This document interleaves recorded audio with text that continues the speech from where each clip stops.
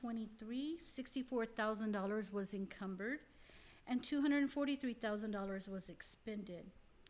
Whereas Function 33 for health services had $66,000 encumbered and $30,000 expended. If you see, Function 32 is over in their payroll, and that is due to an increased salary from last year to this year. And then also there's overtime, and then in the next group, 6,200 were for community and schools. That price increased from last year's budgeted amount. Next are functions 34 for pupil transportation, 35 for food services, 36 for co-curricular activities, and function 41 for general administration.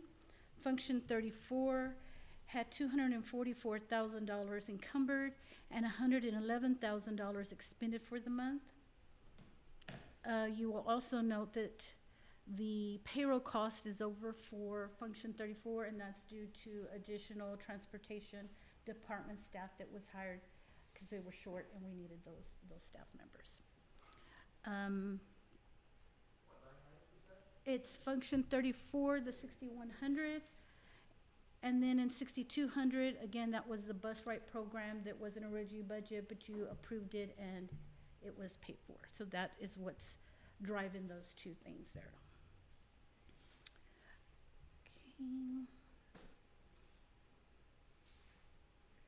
In function 41, $186,000 was encumbered and $167,000 was expended. Again, you have overage in payroll cost and 6,100 and then 6,200.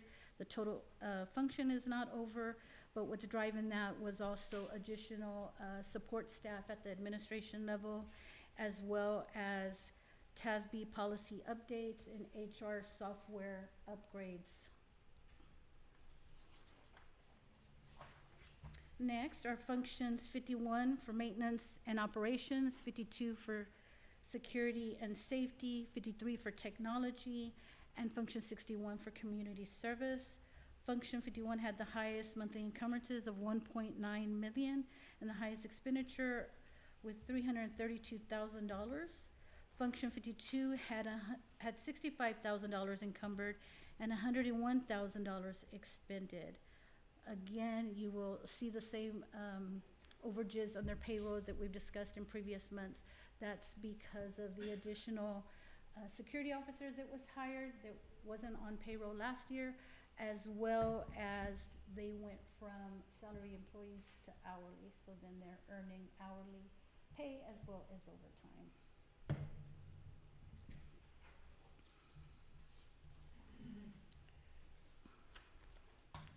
Next are functions 71 for debt service, 81 for facilities acquisition and construction, 93 for member district of shared service arrangements, 95 for Atascosa County JJP, and function 99 for appraisal district cost. Function 93 had a monthly expenditure of $212,000, and that was the district share of the cost to be a member of the SPED co-op. That increased from last year to this year because this year we only had 2 member districts instead of 3. And function 71, there was $99,000 encumbered.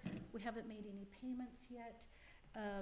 In May, there were no payments made in May, and we'll have our final payments at the end of the year for that function. The total encumbrance for general operating funds was $3.1 million. An expenditure of $3 million, and an expenditure year to date was $22.4 million, which was approximately 75% of the total budget for the general operating funds. There were no additional operating expenses. Moving on, this is a comparison of revenue to budget for Fund 240 for the food service program. In May, a total of $570,000 of revenue was received, and this was mainly from the lunch and breakfast programs. This brought the total realized revenue to date to 1.8 million, which was approximately 79% of the total estimated revenue budgeted. For Fund 240, there are only 2 functions that are used, 35 for food service expenses and Function 51 for utilities. In May, $289,000 was encumbered, $296,000 was expended. The total expenditure to date was 1.8 million, which was approximately 76% of the total budget for the food service department. Next, this is a comparison of revenue to budget for the Debt Service Fund 511. In May, $404,000 in revenue was received from local and intermediate sources. The total realized revenue to date was $3 million, which was approximately 92% of the total estimated revenue budgeted. Fund 511 only uses Function 71 for debt service expenses. In May, $2 million was encumbered and there were no monthly expenditures. The expenditure to date was $211,000, which was approximately 9% of the total budgeted. This fund also has the majority of the payments made in July and August, and so you'll see those in future reports.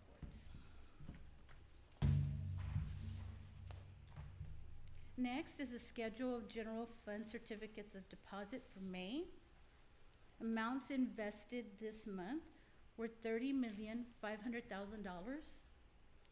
Interest accrued at the end of the month was $96,643.97,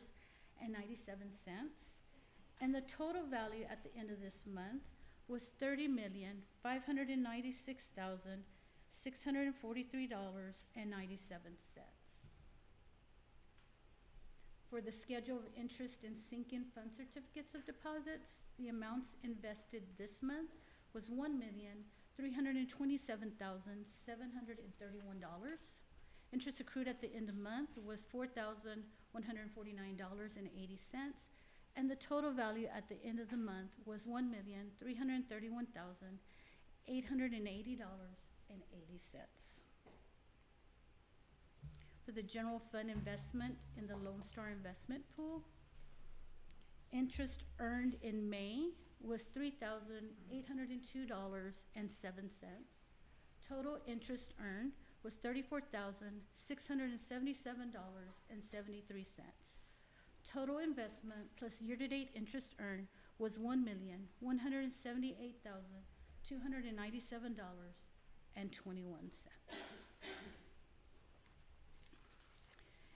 In the month of May, 1 donation was received from the GEO Group in the amount of $18,000 for the Maverick Scholarship Fund. And that concludes the May 2026 financial report.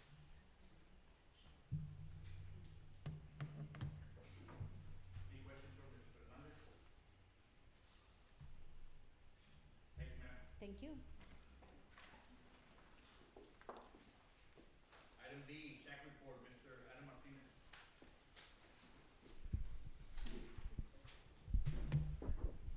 One second, Adam, sorry. We're good.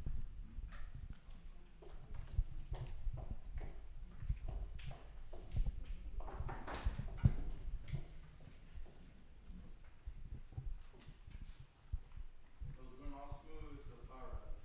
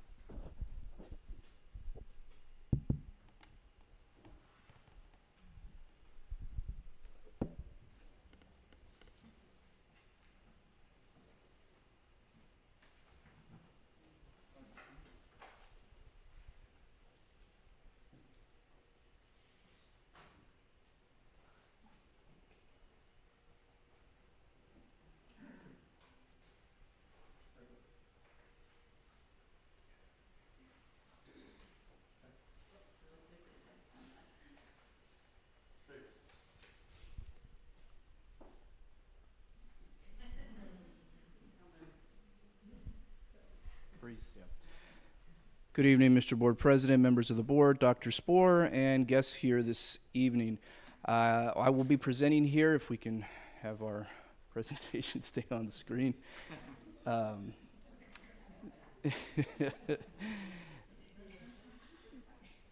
The required annual School Health Advisory Council report to the Pierce ISD Board of Trustees, so we'll go ahead and get started. So just a refresher, for Pierce ISD, there was an exemption through our District of Innovation Plan that allowed us to not have a SHAC for the last several years. So a part of this 25-26 school year was reestablishing the School Health Advisory Council. So we were also held to requirements by the state of 4 meetings throughout the year, which we have fulfilled. We did have a December meeting, a February meeting, a March meeting, and a May meeting. So we are in compliance with the minimum amount of meetings the SHAC was to have this school year.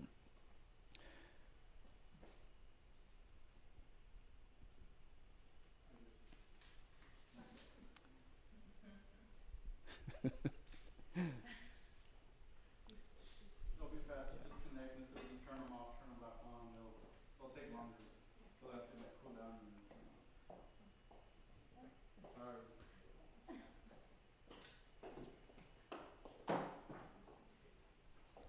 All right, I'll try to go as we have it up on the screen. Well.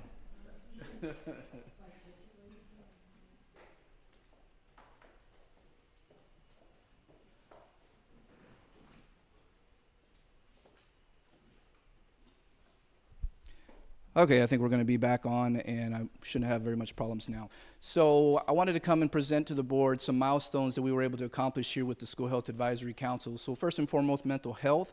We had, again, establishment of our parent portal that we do have, and we do have currently on our district website the My Dialogue AI, and this is something that our parents, our staff, and our students are able to use, and it is allowing them to be able to report some things if they are feeling in terms of say they have a bad day and they wanted to report out to an individual anonymously. Sometimes it's hard for them to go out and speak with someone in person. This affords them the opportunity, or even if they wanted to report something that they didn't quite feel compelled to do so in person, they're able to do so in an online platform. So we're trying to build awareness of that and utilizing that resource here for us in the district.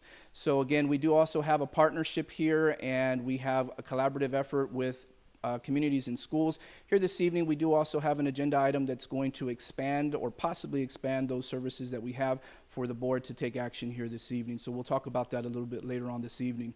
Another item that we did have was prevention and nutrition. So substance abuse prevention, again, our world is very much with a lot of things that are challenging for our kids these days. And we did have our district safety coordinator, Mr. Brian Jackson. He was able to provide some information and some tips for the council to consider regarding even youth vaping and prevention. So that was an item that was of interest here for this year. And then also the evaluation of the student health options.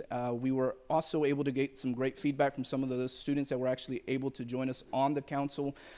They were giving us some very frank information, as you guys have heard even throughout the year. Some of the food options are not to the students' liking, and they were able to communicate with that loud and clear. So that was something that prompted us to create a subcommittee with the SHAC, and we were able to have some of our students, as well as one of our community representative, Mr. Julian Hernandez, was able to help support also with that subcommittee. So another item that we've heard here presented to the board throughout the year. Another item that we did have was the health curriculum. One particular item on that was we are required to have a selection of a sex education curriculum.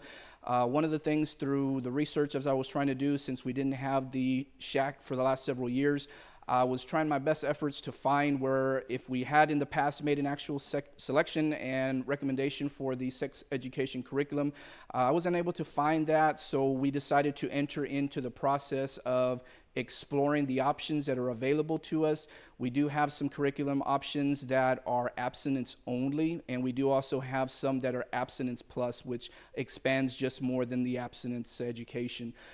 The committee felt as though we were in a position to begin the process but not complete the process here this school year. So it will be one of the first things that we enter into the next school year.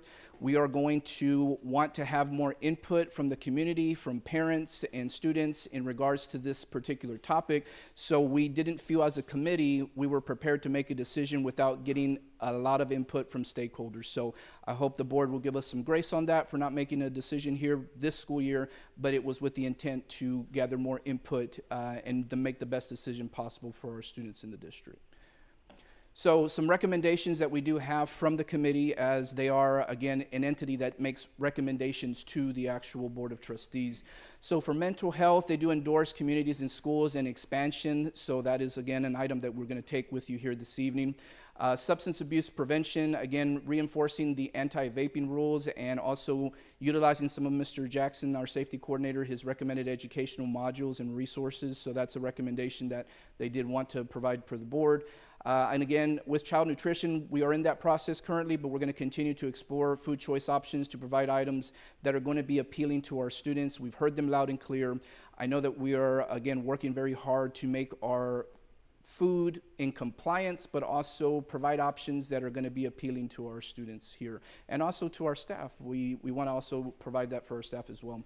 And then, like I mentioned earlier with the health curriculum, we're going to vet the available curriculum options and, again, seek input from parents in the communities before we come back and make a recommendation for the selection of the sex education curriculum.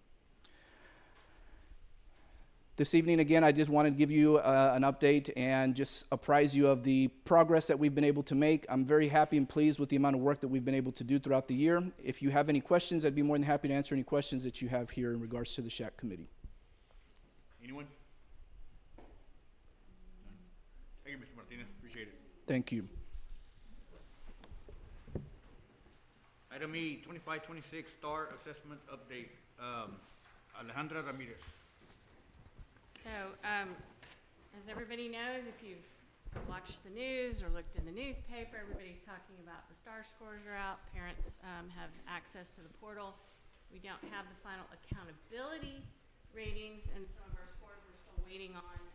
So August will be a fun time to be able to celebrate some accountability pieces, but we did want to bring you our preliminary accountability pieces and also to give you an update on the tests, and our Director of Curriculum Instruction, Ms. Alejandra Ramirez, will share that with us. Yes. Hello, good evening, board members, Mr. President, and Dr. Spohr. So tonight I will be providing the overview of the 2026 STAAR results, but also our projected accountability outcomes.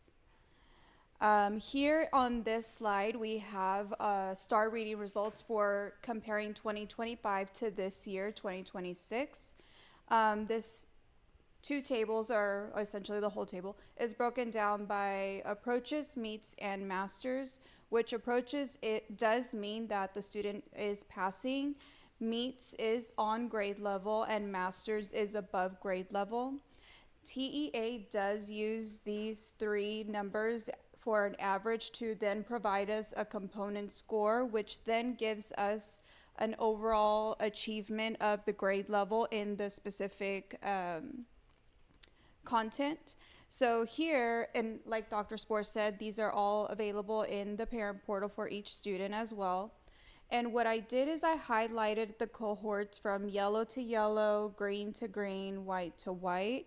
Here I want to show you exactly the growth between third grade to fourth grade to fifth grade, and so on in reading. Some of our major bright spots is major growth in meets from last year to this year.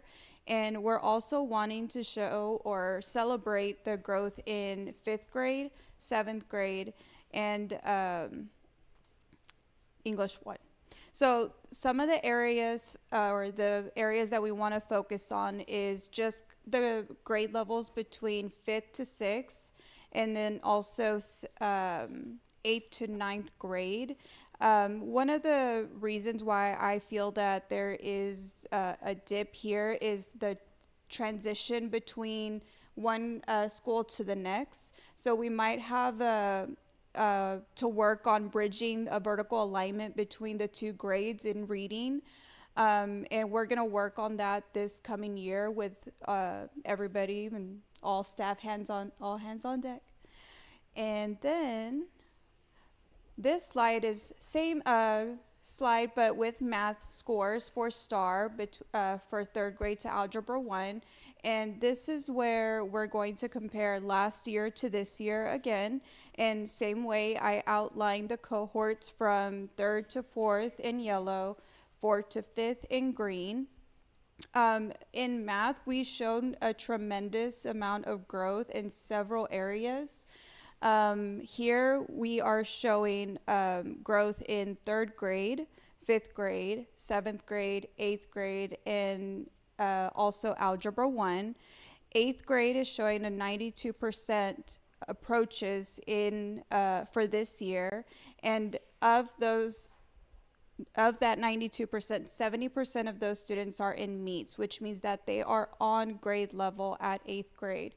And then we can see Algebra 1, kind of the same trend, where 84% of our students are approaching grade level, and of those, 49% of the students are on meets.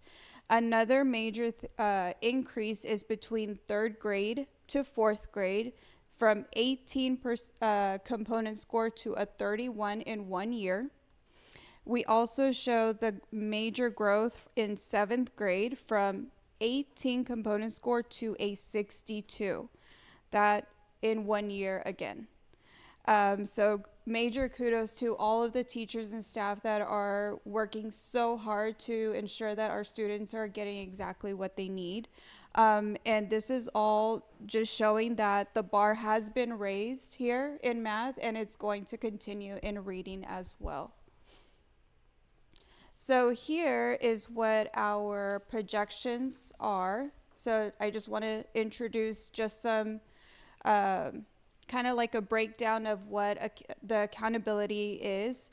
So we're being conservative with these projections, and we want to make sure that we are showing or breaking down what exactly accountability is. So with domain, the first three, so domain 1, domain 2A, and domain 2B, TEA chooses or selects the better of the three, right? So in domain 1, that is overall our performance for achievement in STAAR, CCMR, and graduation rate in high school. And this is just going to really reference our academic performance overall, but it is heavily influenced by our meets and masters. In domain 2, it has two parts, which is our academic growth, which also aligns to what our growth is between grade level to grade level in the reading and math. And then also the second part in domain 2 is relative performance, where there is a comparison of STAAR performance within similar economic disadvantage percentages within that. And within that, that makes up 70% of our score. Then the other portion of accountability is closing the gaps, which is calculated on academic achievement, growth, our EB proficiency, and also high school graduation and CCMR. We want to look at that and show how important it is that we're looking at every single piece of this, and the only way that we're going to raise the bar and ensure that we help our students grow is if we know what exactly this means and know how to help our students. So for intermediate, the best of the all scores would be on growth, as well as junior high, 79 in growth, so 64 to 79. And in high school would be relative performance, that is their highest. So and then at the very end, the projections are there for intermediate, junior high, high school, and overall. And these are our preliminary projections for the school, which is, again, for TED Flotus is tied to intermediate. So intermediate, we're growing from an F to a D, which increases 10 points. Junior high, 68 to a 78, so D to a C, and high school, 64 to a 77. And in 1 year, there's been a growth of 10 points or more across every single campus. The state does require at least a 3 to 5% increase when we are in school improvement. So to show that we have way more than 3 to 5% is amazing. Yes. And one thing we will tell you is we're also plugging some other numbers in, and there's a chance that we could get those blessed 2 points for the junior high Yes. and the intermediate, but this is worst case scenario. Yes. So we could be celebrating even better stuff. So we could potentially be junior high B at a B.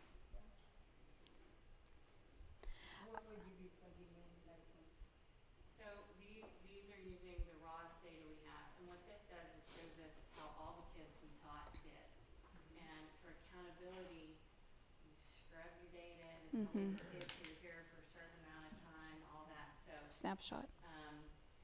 we have another program that pulls our snapshot, and so Ms. Amanda, as our data person, was pulling that. She showed it to me. It's like we've pulled it, 3 times now? With Lead Forward, who is the state guru on this, and they're showing that we pull it out. And so,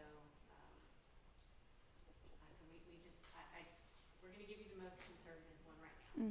But it's pretty darn exciting to see that they've come up this much. And if we look how long ago it was, we can go back to 2019 and the junior high never got a 78. We can look at the high school, and we had that 2024 was when we had the redesign of what counted for CCMR, and that's what hurt every high school in the state. You look at the intermediate school, and barring that COVID bump in 2022, that's one of the highest that we've been. So it was a huge effort on everybody's part, and again, it's every kid do as well as you did last year, +1, +2. But if you look at the hard classes, and I guess as a language person, I'm gonna say math is the hardest. But if you see that kind of growth in 8th grade in algebra, that's what our kids and our teachers are capable of with the right supports, the right curriculum, and the high expectations. The other thing that I'm probably most proud of with that math is the special education numbers in the 8th grade mirror that. The gap was closed. It's pretty incredible. So once we get accountability out with the state, just know we are going to be tooting this horn all over the place. But this just does not happen. These math scores going up just in 1 year are pretty incredible. To see those double-digit growth like that is pretty incredible. And we didn't change the teachers, we didn't change the kids. So it's what we're capable of, and that's the new standard right there. So definitely some major strengths and bright spots in math. We're going to continue to grow and just kind of some next steps and strategic priorities overall. Moving forward for next year, as a district, we are going to focus on an alignment of reading language arts, the instruction, and making the most out of the LIFT grant as well.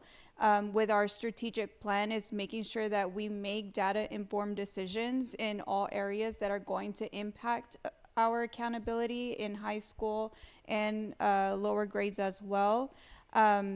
For the LIFT grant, it is a 3-year grant. So we are going to be supporting our teachers and creating systems that are going to help support our students at the overall in every single demographic. But I'm really excited to see what is going to happen next year and probably get maybe a B. So from a D to a C. So congratulations to all the teachers and the staff and the principals, because you really did it this year. Yep.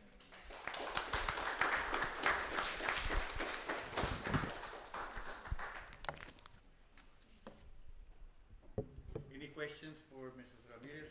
Ms. Ramirez? Yes, ma'am, can you explain the lift grant, please? Yes, so the LIFT grant, right now it's about two parts. It's going to help with the implementation of Bluebonnet, our reading curriculum, but it's also providing PLC support. And we also requested support for our secondary and campuses, not in, our secondary campuses. So we get a certain amount of money that we get to use to help provide professional development, but not only in reading, it could also be used for math, science, social studies. So here in junior high, we know that there's gonna be some support that we're gonna need for social studies 8th grade. So that would be a perfect place to use the LIFT grant with that. And it's benefiting all areas of schools. So leadership, teachers, could help paraprofessionals as well. The other thing that I can say about it is as soon as I came in, they started already contacting me.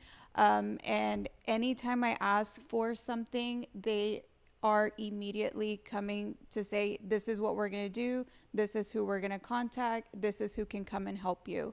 So it's a full team, and it's not just in reading, but also with SPED. And it's great to see how much support we have for our students. And what does it stand for?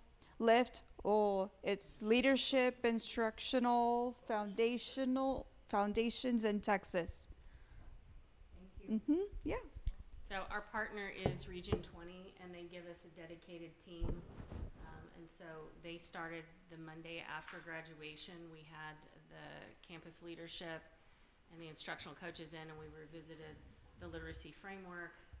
They also are going to be getting support with the targeted instructional leadership, which is for all the administrators, and what does it look like when you go in and you see a teacher? How does your feedback help improve a teacher's practice?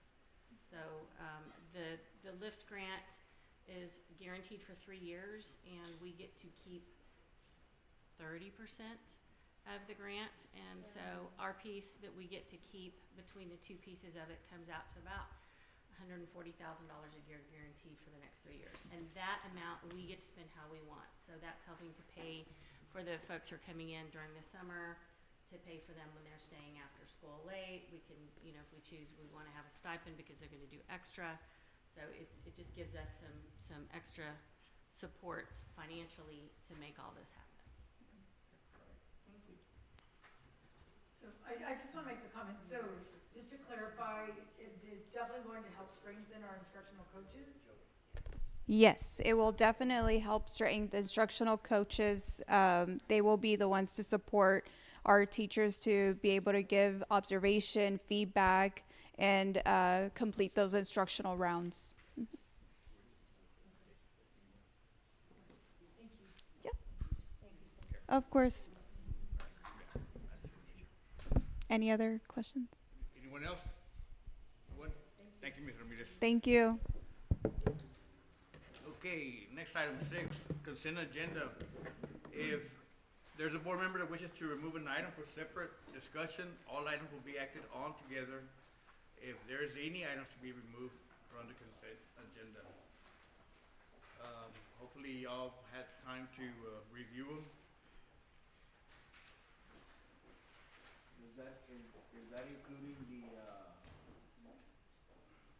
A through F. What we've seen so far, Yes. what's been presented so far. No. The next item. Item 6. It's item 6, A through F. Which would be, I'm just gonna read it out loud. Item A, approve and correct minutes from previous board meetings, May 13, 2026 and May 28, 2026. Item B, consider approval of the MOU-Grow Your Own with Sul Ross State University.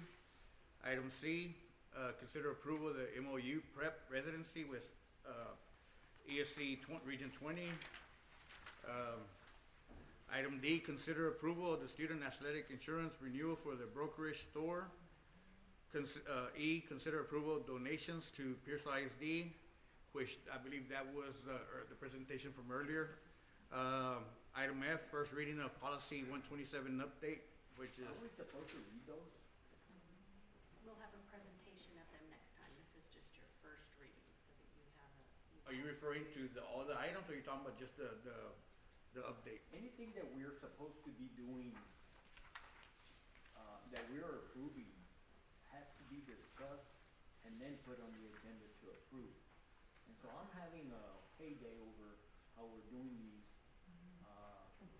And so maybe we need to find out from legal if we're doing this correctly or not. Okay. I'm just concerned about that. So you wanna move, go ahead and move individually on each one of them? Yes? Okay.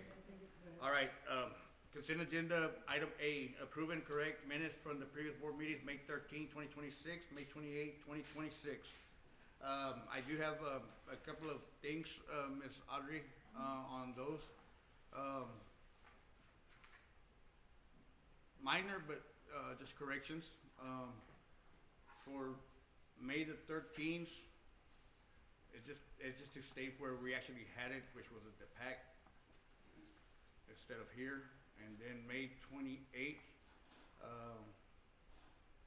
on item I, call to order, roll call, you still have the previous board members, Okay. those two items. Other than that, I'm good with the rest of it. So on item B, consider an approval of the MOU-Grow Your Own with Sul Ross State University. Is that what they're gonna be, are they gonna be presenting tonight? I see that they're here. When is that gonna happen, or what is all that about? Ms. Michelle, go ahead, ma'am. Good evening. So this, my presentation is different from what they're doing. So the MOU with Grow Your Own with Sul Ross State University, this is literally with the LASSO 4 grant. And so with this, we have to partner with a university. That does not mean that our eligible employees only can go to Sul Ross University. They're able to go to whatever university of their choosing, as long as it's within Texas and within the approved list of TEA. So for example, previously we were going to partner with Grand Canyon University, and that was not an approved Basically a entity. replacement. Right. And so we're partnering with Sul Ross State University for the Grow Your Own program. And so that's what this MOU is for. And this would help our employees earn bachelor's degrees in essentially teaching, so that we can help fill those vacancies. The people that would be eligible, they'd have to have a minimum of 30 credit hours already before they're accepted into this program.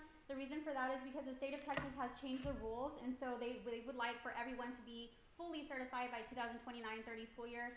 And for that, because of that timeline, in order for them to obtain a bachelor's degree from that starting point, it would take about that long. And so that's the criteria for that. But essentially, that's in a nutshell what that MOU is. Any questions on that? Part of it? Yes, I have some questions. So because I was reading into that MOU and I did take notes as far as what I would like to see more data, more progress, more why is it good to go with that one and why not other institutions, like why this one in particular, okay? But I'm just gonna read why I'm not gonna support this, and then, because I did take my time into doing this. As a school board member, I believe we have a responsibility to ensure that our employees are provided with the strongest possible pathway toward certification and success. I don't feel that we have enough information regarding teacher certification pass, program completion rates, participant retention, or long-term outcomes for graduates of the PREP Grow Your Own program.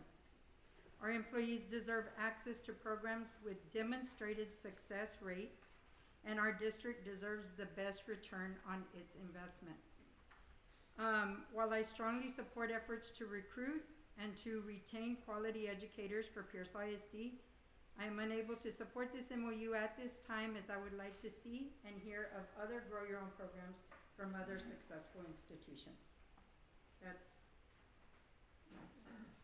Okay, so to piggyback off of that, this is the first time we're doing the LASSO 4 grant with this. Previously, like Ms. Ramita said, the district did pay for this out of our fund balance. And so this is literally paid through the grant from TEA. So as far as why did we partner with Sul Ross, historically we've always liked to partner with Sul Ross because in the 4-year degree, you can get a 4-year degree for $10,000 period from start to finish. Whereas other universities are more costly, so efficiency with financial stability with that. As far as the success rate, we have had some fully graduate, get their master's degrees and bachelor's degrees. I don't have those numbers for you, but I can get those for you. We have had to also exit some people out because we have to have a minimum, they have to have a minimum of a 2.5 GPA. Unfortunately, some aren't able to keep up with that, and so we've kicked them out of our Grow Your Own program. So they have to meet the criteria as well. I Any others? agree, I just like to see others. Thank I you. know if I may, I know there was, when I went through the MOU, it mentioned about having a district liaison to kind of oversee. So is that a position that Pierce ISD would have to? No, that's fulfill? literally, it's gonna be me having to oversee, making sure that they progress through their program.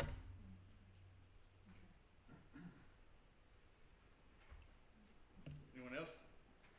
No, thank you for the discussion. Yes. Okay, so, go ahead and, go to item C, Ms. De Leon. Okay, so the MOU for the PREP residency with Education Service Center Region 20, that is so for the people that already have a bachelor's degree, this is to help them obtain their certification. And so with Region 20, they will literally meet with these individuals so that they have a mentor throughout the entire time. It's not like figure out your own way kind of thing. They will walk them through the entire thing. With them, our employees that qualify will be paying $1,000. We will be paying the rest with a grant, with the LASSO 4 grant as well, for the residency portion. I like that. Now that support, like, that's what I wanna see from the others that you present. Okay. All right, item D, any questions on that one? No, okay. Item D, Ms. Fernandez, consider approval of the student athletic insurance renewal from the Brokerage Store. What I read into it is we're saving money on that one for 2 years, Yes. correct? It For 2 actually- years? The plan, the Texas plan that we currently have, we have a base plan, and then we have a catastrophic plan. And the base plan actually decreased by 2,000, and they'll guarantee the price for 2 years, even though we're signing an agreement now. Okay, So win-win. this is just an annual renewal of the insurance that covers our. But the rates cover for 2 years. Yes, and Okay. it covers our student athletes, our UIL participants as well. Okay. Questions? Nope. Next item, E, consider approval of donations to Pierce ISD, which we did presentation as well, just a little bit ago on, who was that? That was the GEO for Yes, 18,000. yeah, Gio. Okay, so, all right, Mr. Martinez, F, first reading of policy 127 update, and there was a lot of reading to that, so state mandate type, so. Every year, the Texas Association of School Boards provides us with policy updates. So as Dr. Spohr mentioned just a bit ago, we wanted to apprise the board with the first opportunity to have their eyes on it. We will be coming in subsequent board meetings for a recommendation and an action for the board to consider. Questions? Nope. Okay, so I guess the only discussion we have was on the item B, consider approval of the MOU Grow Your Own with Sul Ross State University, and what was the funds again, Ms. De Leon, coming from? Last four, okay. If y'all wanna pull that item out and vote on it separately, if not, we can move forward, going A through F, or eliminating that one, singling it out. Y'all wanna tender something? Okay, so, And then vote by itself. yes, so let's make a motion on item A, B, I'm sorry, A, C, D, E, and F. Do I hear a motion to approve that consent agenda on those items? I so move, sir. There's a motion by Mr. Marco Reyes, is there a second? Second by Mr. Logie Rodriguez, all in favor, raise your right hand. Anybody opposed? Motion carries 7-0. Thank y'all. So item B, consider approval of the MOU Grow Your Own with Sul Ross State University. May I have a motion? I make a motion to approve. There's a motion by Ms. Juanita Rendon to approve, there's a second? I'll second. There's a second by Mr. Reyes. Okay, all in favor, raise your right hand. So, motion carries, opposed? I just need a little bit more information on it, so. Okay, motion fails, 4-3.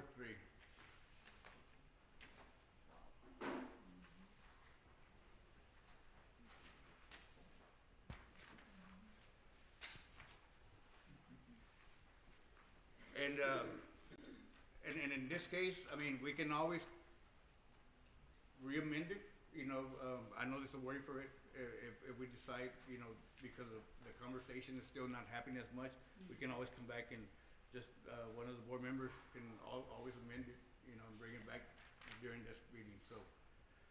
I just need a little bit more, information on that, so,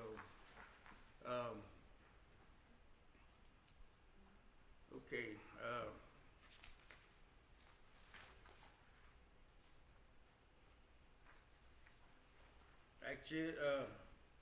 item 7, action items.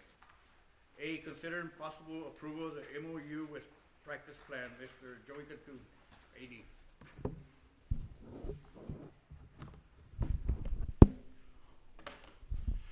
Good evening, Mr. Board President, board members, Dr. Spoor, and everyone in attendance.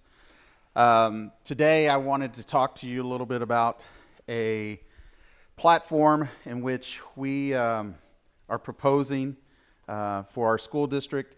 One thing I want to start you off with is obviously, you know, the process of which we currently have to rent or go about the rental of our facilities.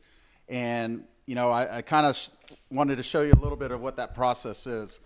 So the first thing you kind of have to do is you have to go and find this facility usage report. And it's not the easiest thing to find in our website, but a person who wants to rent our facilities will have to take this packet.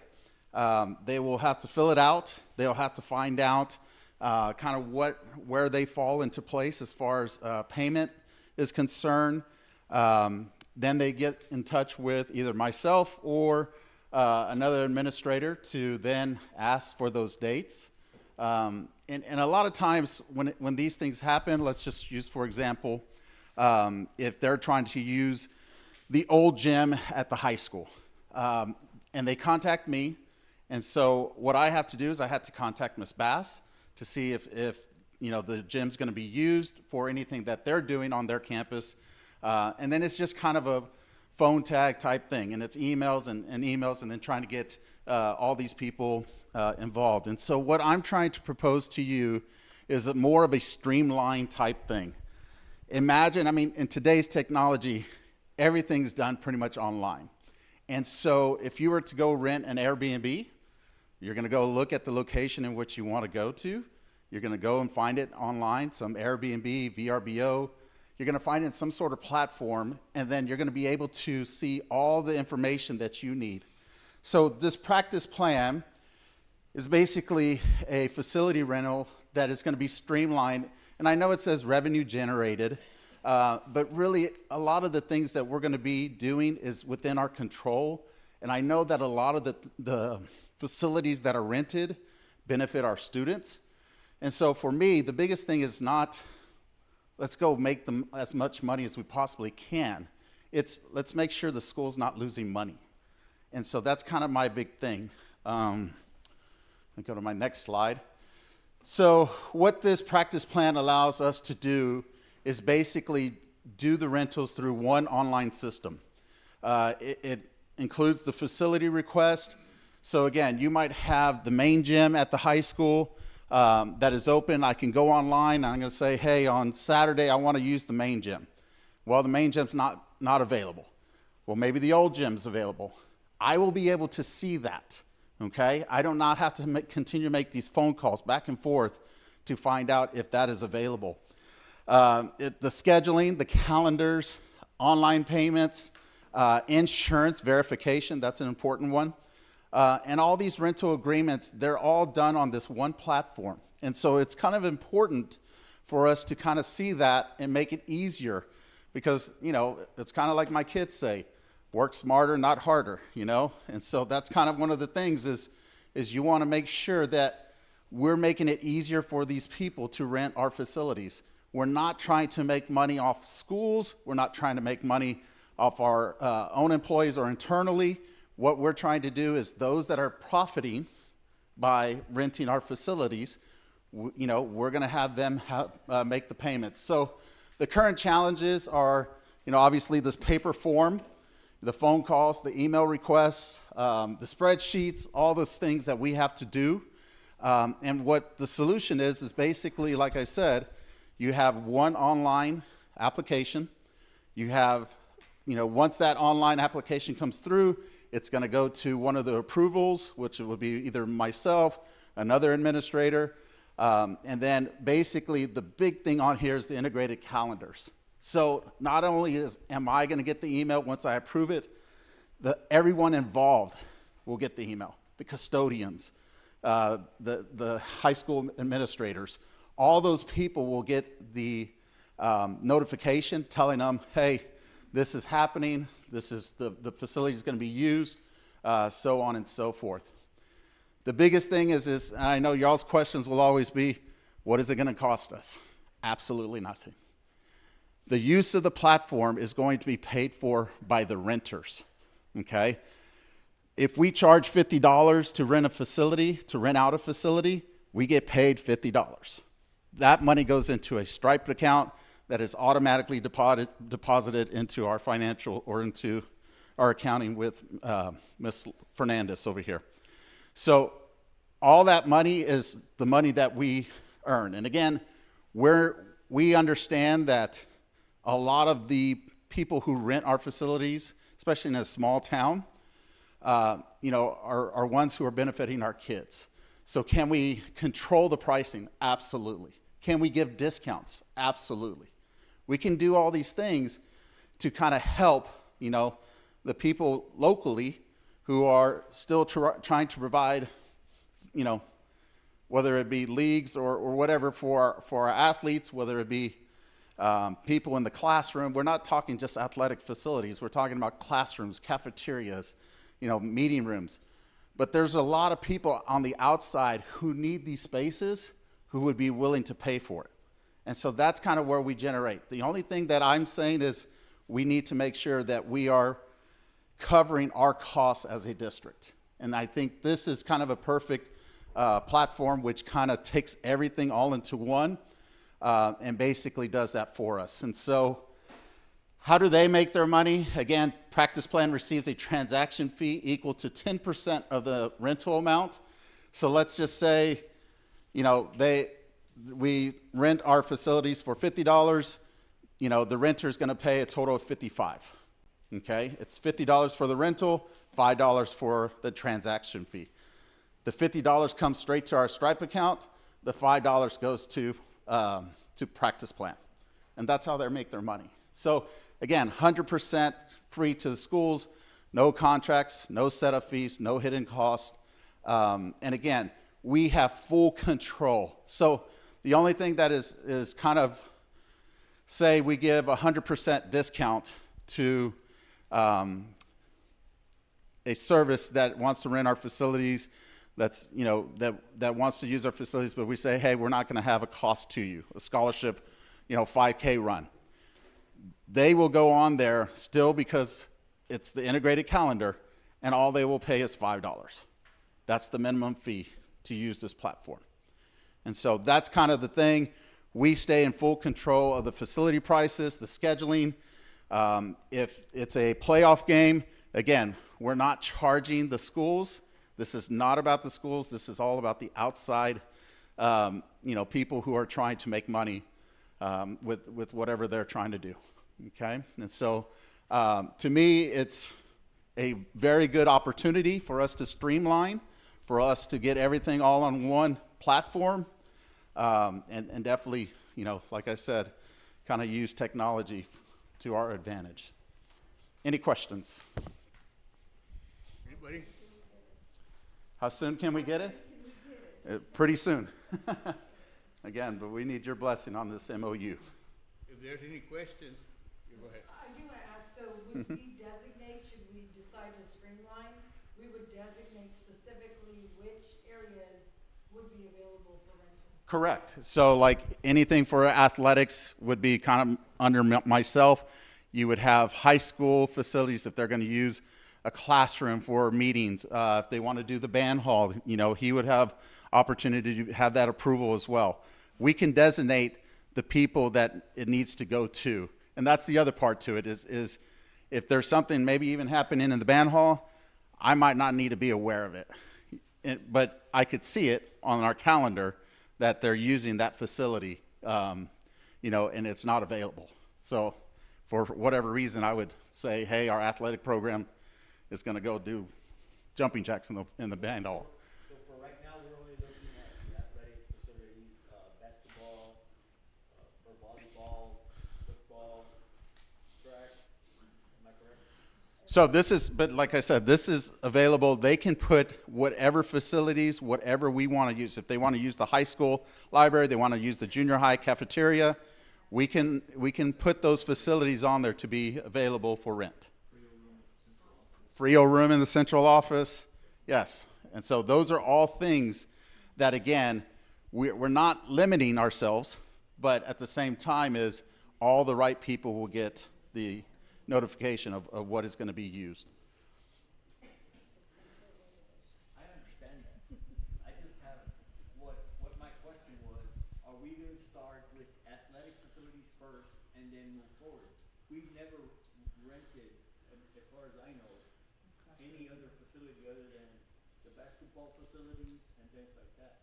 Now, if we're gonna wanna move forward and then have a discussion with band, or we're gonna have a discussion on welding or any other facility like that, I think it needs to be discussed a little bit more than just saying, hey, we're gonna rent our facilities and we don't even have a plan. Sure. And we can, like you said, we can bring it out slow, and we can only allow certain facilities to be rented. We are in total control of that. That's the thing, is you as a board and us, we are in total control of what we want to put out there as far as rental facilities. You know, and again, Southwest ISD is doing this. And if you go onto that website and you go and type in Southwest ISD, it will show you a list of all the things that are available. And yes, not everything's available to them, you know, but it is give you an idea. Dr. Spoor shared that information with me last week, and she showed me just a little bit of on their website, and you can actually see what school districts have those facilities, and it does not have to be anything beyond the athletic facilities. I mean, you can do what like Coach Abdul is saying. You can extend it to whatever facility you want, but you know, we can just allocate it to just the capabilities are all there. Right, It's just right. what do we want to use it for? Right. But like I said, for us, the streamline effect and the integrated calendars are big pluses.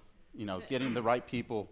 When he talks integrated calendars, that also includes the Rank 1 calendar where we put in all of our games. So that one single calendar is something then that the administrators will get to see. The custodians, the maintenance, the security, everybody will know, oh, look, we have a playoff game this night. There will be no question about that because it automatically will pull in. So it's not like I have to pull all the different sports calendars and hand put them into one, and I may have missed something. The minute they put it in Rank 1, it talks to this, and so we can easily access that. And I think that's really going to help as we try to provide support for all the events that are going on. So anytime you use a facility, we can see, and there will be no question about, you call me and say, hey, I see that the stadium lights are on, who's in there? I can pull it up immediately and tell you who's in there, who's rented it, what's going on. I mean, I'm in favor of it because since 2014 that I was stepped on here, there's been situations, I mean, it's nothing drastic or anything like that, but, where we've rented out the facilities and, it's always something or another going on. But this is looks to be very straightforward, and it's being handled online and we get the money and. No. I'm actually for it. Right. I just think that we jump into things. Right. We don't have a plan, okay? And that's my concern. Right. Because we jump into a 32-degree water and go, why didn't you tell me it was full of ice? Yeah.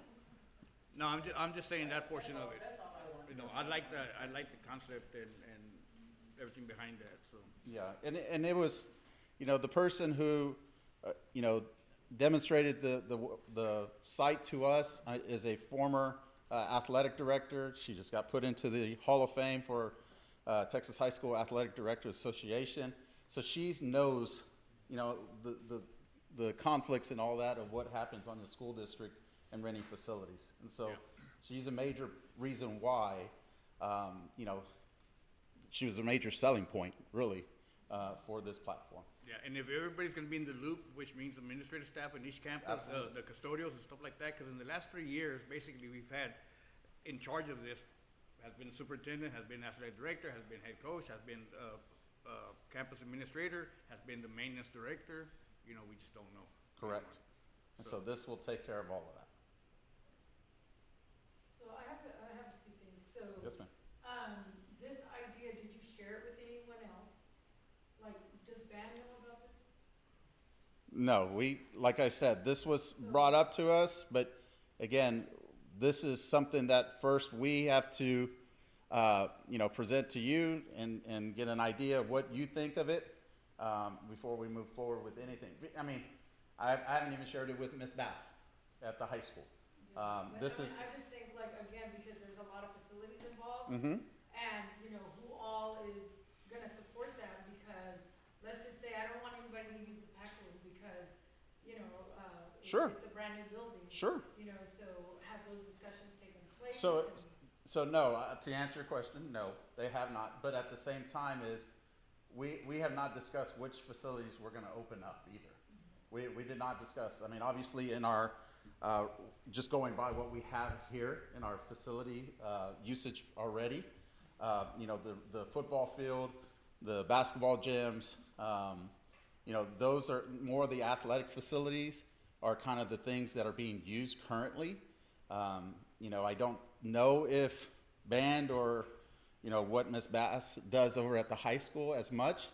But this, to me, it was more the paper trail, the paperwork that makes sense to why we should use a platform like this. Yeah, So it's nothing against band or letting them know or anything like that. In general, like, Yeah. okay, so has this been discussed with anyone else? The other thing is, how do our programs benefit from all this? Like, let's say that you're constantly renting out the old high school gym. Okay. How is your program gonna benefit from that? Well, again, it just depends on who's renting that out. If it's the PYO League, the Pearsall Youth Organization League, and those kids are practicing, playing games, playing leagues, whatever the case may be. Obviously, that experience and just the actual getting in a gym and playing is going to benefit, the athletic program, as they become older and get into high school. I'm talking more monetarily, like, so. So again, those are the things that we have to discuss as far as what are we going to charge. If it's a group out of Laredo, we're not going to give a Laredo group a discount. They're going to have to pay full price. They're going to have to pay full price for use of the facility. They're going to have to pay full price for the custodian. They might have to pay full price for security. And so, those people, but those people are also charging a lot of money to athletes for them just to even participate in these leagues. We're charging here not that much. I could tell you right now, you look at youth camps and what we charge, there's a big difference in a rural community as far as the money that we charge these kids because our families might not be able to pay for it. And so we're trying to get as many kids out there so we're keeping the cost down. Well, we don't want to kill the cost of those organizations either. So there are going to be some breakdowns. We are going to have to adjust and figure out what those are. And so to be honest, I don't have that answer for you for particular groups. But what I will say is when we talk about revenue generating, there are a lot of, people, Divine, Lido, other cities that might want to use our facilities. And we're going to make sure that they have to pay for the use of that facility. And last question. Yes, ma'am. Let's say the athletic booster club needs to meet, they're not gonna be charged. No. We have the right to internal scheduling. So it's just like you said, yes, the booster club's gonna meet, That's not going to cost them a thing. I put that in internally. It shows that it's booked, that we're using it, but it does not cost them a thing. You're right. Yes. Anything that is internal with the school, our school district has 100%, first priority to all these facilities. No other team's going to come in and see it and say, well, I rented it. Well, it's not going to be available. I mean, it's already going to be booked. The intent was to use this to replace that paper packet that we have, which is really just for the athletic facilities, which right now there's a lot of confusion about, the dates and how much do I pay and did I get the insurance in. Everything would be in one place. But for our folks who want to have meetings or in JHS induction, that's still going to take place in the junior high cafetorium. They don't go through this. This would be if they're using, right now it's limited to the athletic facilities. If we wanted to add something on, we could. That would only be if an outside group called us and said, hey, we would like to rent this. Then that's something we could consider, but that's not the intent at this moment. It's just to replace that paper process. Have some transparency so everybody can see, here's the charge, and then we can always say, we don't want to charge anything. You're gonna have to pay $5 just to keep the platform up. That's your skin in the game. But then it's everybody can see who's got it and everything is laid out, it's in the system. And again, we have all access to approve or deny. We don't have to always approve something. I mean, we can deny it as well. Well, thank you for those clarifications. Yes, ma'am. Just because it's easy, I don't want to just jump on it just because it's easier to work with. I want to make sure that, our facilities are going to be used properly. Correct. And that Pierce ISD is actually going to, benefit from renting out those facilities. Yes, ma'am, absolutely. And last thing is communication. Yes, ma'am. I just want to mention a couple of things. I just wanted to remind the board that the rental facilities, the revenue received from those rentals offset our budget. They're in the local operating general fund. Doesn't go to a specific group or club. It goes into the general fund. We have a line item that says rental facilities. So currently, people that are renting the facilities come, they pay, we have to make a deposit, this sort of thing. This is going to be electronic, so those payments will be made and it goes directly into our account. Thank you, ma'am. Thank you. Mr. Rodriguez? Just real quick, so you said Southwest uses? Southwest ISD, Okay, yes. and have you reached out to them, see how this works out for them? So what they do is they use, I talked to Melanie Henson, who's the athletic director over there, assistant athletic director. And obviously it's, for them, they have multiple high schools, they have multiple facilities. So for them, there's a whole lot more paperwork, paper trail, things like that. And so it has helped them because obviously it brings everything into one. And so for them, it's easier to maintain, easier to facilitate, what facility they're going to use, who needs to be in charge, who needs to be in contact, so on and so forth. And so for them, and some of the school districts up in Dallas use it, but again, multiple high schools, multiple schools. For us, we have one junior high, we have one high school, but it's still a little bit of a hassle to make sure everyone knows who's using what. So. No, and I agree, because I've rented the facilities before, and it was kind of, it's a pain. Yeah, it was a mess, pretty much, yeah. Chaotic. Yeah. It's not an easy process, so that's why I'm trying to make it easier for the people who rent. Any other question? If not, can I tender a motion? Okay. Mr. Marco Reyes makes a motion to approve the MOU with practice plan, seconded by Ms. Juanita Rendon. All in favor, please raise your hand. Anyone opposed? Motion carries 6-0 with Diana not present at this moment. Thank you. Ms. Diana, we just tendered a motion to approve the MOU. Would you approve of it? To approve the practice plan? Oh, yes. Yes, okay. Motion carries 7-0. Thank you, ma'am. Thank you. Okay. B, consider possible approval of the MOU dual credit with Sul Ross State University International, presenter Adam Martinez and Dr. Garza.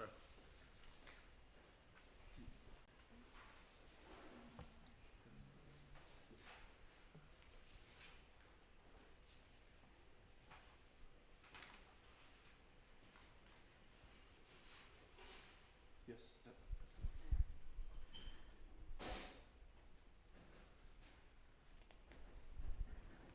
Gotta love technology, board. Good evening once again, Board of Trustees, Dr. Spohr, and members in the audience. Here this evening, I bring forth for board consideration a memorandum of understanding with Sul Ross State International University. I'm here joined by Dr. Garza here from Sul Ross, as well as personnel from Sul Ross State International University. So this item again does request board approval for an MOU between the district and Sul Ross State International to establish a dual credit course partnership. This agreement will allow eligible high school students to earn college credit while completing their high school graduation requirements and expanding educational academic opportunities. So I am by no means the expert on Sul Ross International, so I'm going to very kindly defer those questions to Dr. Garza. Should you have any questions or any concerns with this approval for the MOU, Dr. Garza and his staff is available here this evening. So Dr. Garza, Thank you, sir. Board President, Dr. Spur, and board members, thank you for allowing us to be here. I appreciate the time that you guys are allowing us to present some information for you for a dual credit partnership. At this point, I'm not sure, Dr. Spur, do you want me to present something or wait for some questions? I think just kind of giving an overview of some of the opportunities that our students would have, and we're talking about the academic dual credit courses. Yes, ma'am. And some of the reasons, some of the courses that you would propose. Right. And some of the benefits that our students would receive and some of the support that we would receive as well for those classes. Okay, thank you. First of all, let me tell you, my name is Jorge Garza. I'm the Vice President of Sul Ross State University International. I am in charge of all the campuses here in Uvalde, Del Rio, and Eagle Pass, and surrounding communities. The main campus, of course, is Alpine. I am a proud alumni of Sul Ross State University with my bachelor's degree in Alpine and my master's here in Sul Ross State University International. I did come talk to Dr. Spur and the principal and the counselor some time ago, and I presented some of the information that we're doing with several school districts around the area. The major difference that we have here is we are an academic university. We are a four-year university. That's another thing I would like to present to you, that the legislature has allowed us to actually have a four-year university starting fall of 2026. That was not there before. We only had upper level degrees, which was juniors and seniors, and of course master's degrees. But now we're able to actually have a four-year university, which is fantastic for us, for this community, and all surrounding areas. Our main hub will be Eagle Pass, Texas. We have two buildings there that we have actually purchased ourselves, and one of them is under construction. We actually have some land that we have purchased that we will actually build our first campus, our first building in a four-year university. Our goal is to be more or less like TAMU, Texas A&M International, start with one building and take off after that. I will give Southwest Texas College some kudos here. They are extremely, extremely good. I know I've been working with them. I was in your position at one time with the Del Rio. I know how dual credit works. I have communication with Dr. Gonzalez, with everyone that's in that program.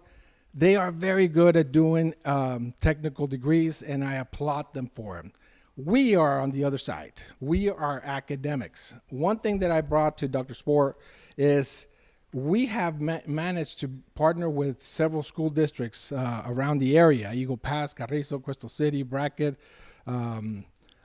Uvalde, and La Pryor, and several other ones, where we are actually coming in and creating an academy.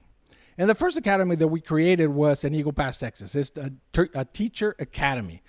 We work with them very closely. I'm glad that they presented the CCMR here because it's extremely important. We made sure that the 4 classes, when they're juniors and seniors, connect with your CCMR because that's extremely important to get the credit that you guys are getting. So we have managed to do that already. That's not going to be a problem for us because we have created those courses to end up in the level 1, 2, 3, and 4. That person that presented knows exactly what I'm talking about. So we are ready. The other academy that we have is criminal justice. It's a pathway that we have that actually shows you and the high school exactly what courses you need to take in comparison to the courses that we need to take. The other one is business, which is extremely important because that's another program that is big for our university. I forgot to tell you, our biggest program is education. Then it's business. But the most exciting one is nursing. We have about 71 students right now that are not in dual credit. They are taking these courses to get a Bachelor of Science in Nursing. All these students are coming from this area, from hospitals that are around this area that were registered nurses. Now, hospitals around the area want to make sure that they have a bachelor's degree. And that's what we're offering for your students, your high school students, a Bachelor's of Science in Nursing, which is extremely, extremely important. We're so excited about that program. Of course, teaching, I know that there was another presentation with Sul Ross and another MOU, which is a little bit disappointing that it didn't pass, but let me tell you a little bit about what's going on with the education program. We are a fully accredited program. We are doing very well. Most of the accreditation is 85%, and we are beyond 85%. I know that this coming year, we're going to do the same thing. We're going to be accredited. We're going to be fine. We're not going to have any problems with that. In dual credit, since I've heard a lot of data, let me tell you what's going on with all the schools that we have a partnership with. The GPA average is 3.12 for all the students that are taking courses with us. The other important one is 90% of the students complete the course that they have started. 90% of them complete it. So that's extremely important. And it's not just the professor itself, it's the staff that's right here that's actually working with the students. And that's what we would offer you. They would come and work with you guys, with the students, with the counselor, with the people that you have in curriculum to make sure that we create a pathway for them to graduate. The exciting part about a teacher academy or a nursing academy or the other academies that I talked about is that we already have districts where a student graduates their senior year with 60 credit hours, but 2 more years, they will get a fully certified teacher, a fully certified certification teacher. Nursing is going to be the same thing. They will go through the program, and in 2 years, they will be able to be fully certified, which is fantastic because after that, they can go out there and get their master's degree, which is extremely important. So will you be helping, or is it part of the getting them certified, something that y'all be working with those students with? Yes, sir. Yes, sir, exactly. These people right here are a big, big part of it, making sure that we provide the resources necessary for them to pass the courses that they're taking in the classroom. We don't leave them alone. The professors have the ability to contact student affairs to make sure that we provide some services for them besides just leaving them alone. We will provide the resources for you, for your teachers, to make sure that they understand where they're at and not drop out. And if they're in trouble, we want to make sure we pull them out. We let the counselors know there is a situation here. We don't want them to fail because at the very end, we don't want this 3.12 to be lower than that. We want them to succeed, which is extremely important. The other thing that I really want to emphasize is I also heard financial results, financial information. One of the major questions that they asked me, board members asked me, and before you ask me, I'm going to tell you, how much does this cost? How much does it cost the taxpayers of Pearsall ISD? Zero. We do not charge at all any tuition at all. Any student that's taking a class with one of your teachers right now, it doesn't pay tuition. But if they take classes with us, with one of our professors, I'm letting you know, we don't charge any tuition at all, zero. So the district does not have any cost. Now, the second question, I should have said the first one before this one. Books, we do not pay for books. But what professors are doing is incorporating in their syllabus the actual book that they're using so that we minimize the cost for the district. So we've done that with Eagle Pass and all the surrounding areas that we have here, which is extremely, extremely important. I have a lot of other information that I could share with you, but those are the important things that we're doing here. We're on the academic side. I feel confident that your sons and daughters from this community will graduate and eventually become teachers here, or nurses. The other good thing about nursing program is that they don't necessarily have to stay with us. They can go to UTSA and they'll be prepared because they're in this program. They don't necessarily, we would love them to stay with us, but they don't have to stay. They can go to UTSA, TAMU, anywhere they want, and they're ready for their actually Bachelor of Science in Nursing. Okay, that in a nutshell is what we have here. One last thing. When this MOU is approved, which I'm confident it will be, I feel that we have a great opportunity for your sons and daughters. What will happen is we will have another group that comes, which is Michelle Lancaster, that will work directly with your counselors and principal to make sure that we create the schedule necessary. When we talk about the academies, we don't start their junior and senior year. We start at their freshman as a cohort all the way through, and we make sure that we know who we have in those classes. At this point, I will open it up for any questions that you might have. I have a question, sir. How many students actually get into this program? Because you did mention that you service, I don't know how many districts, but how many do get into the program? Into the program, we have about 700 students in the program right now. 700. 700 students are with all our partners around the area. We have 700 students. And there's room for all 700. Oh, yes, ma'am. We will provide any professor, any resource, anything you need for this school district. Not paying attention to anyone else.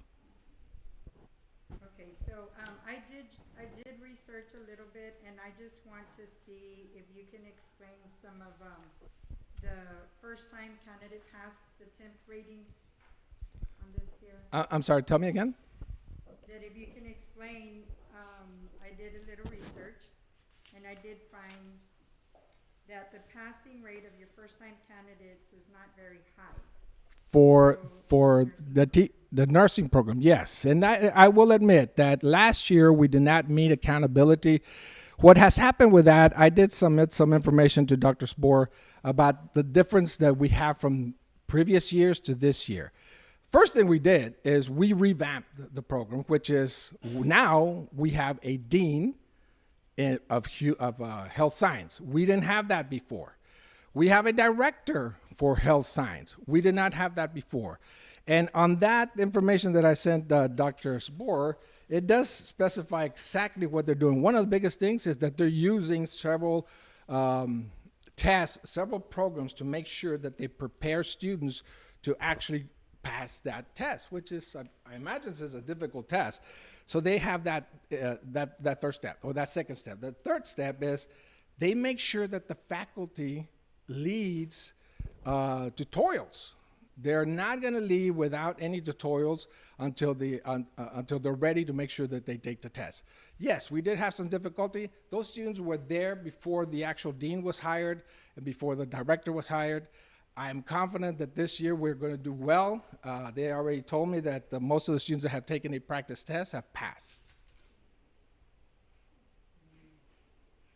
I would like to have seen like more data. How our students gonna benefit and our general population too, because they're gonna wanna join too, I bet. But, I wanna see the effectiveness and you telling, and these ratings are convincing me otherwise. So Right. this is what I have.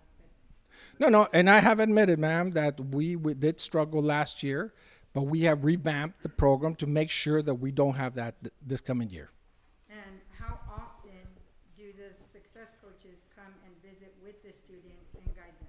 As many times as you would need. What would happen is that the counselor or the principal, which it really is going to be the counselor, connecting with that young lady over there, Cynthia Cifuentes, which is a student academic advisor, and they will connect with your students at the high school. Anytime you need them, they're here.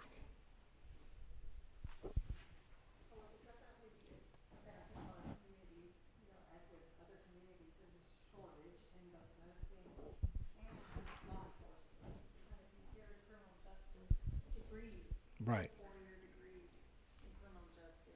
Right.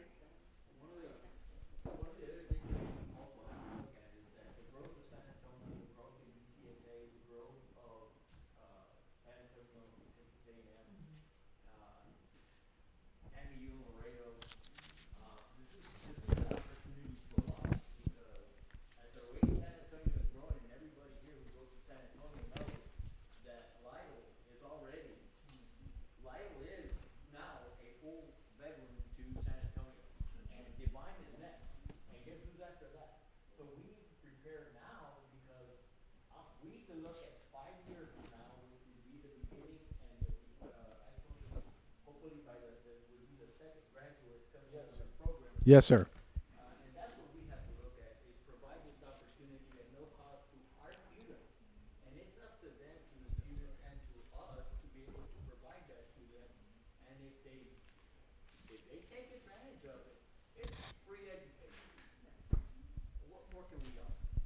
Now, if they're not making it academically, I think they're gonna have the support that they need, if they want it. Again, statistics, we can read them all day long. Opportunity, this is an opportunity. And that's why I specifically talked about the GPAs that we have, the 3.12 and the 90% success rate of them taking the course, starting a course and finishing it. And if you allow me to say one thing about tuition, once they graduate from their senior year, we are, I think this young lady said that one of the benefits of connecting with Sul Ross State University is that we're the least expensive university in Texas. Most of the students qualify for financial aid, which is about $14,000. If the household is making less than $80,000, they qualify for $14,000. A semester with us costs about $7,000. The rest is theirs. They take it home. And I will say, for your paraprofessionals in that LASSO program, since you have that grant, most of those paraprofessionals probably will qualify for this financial aid that I just talked about. So if they take 6 credit hours, they will have financial aid that will be available for them. And then the district has the grant that would actually help them too. So they won't pay for anything. It's grow your own.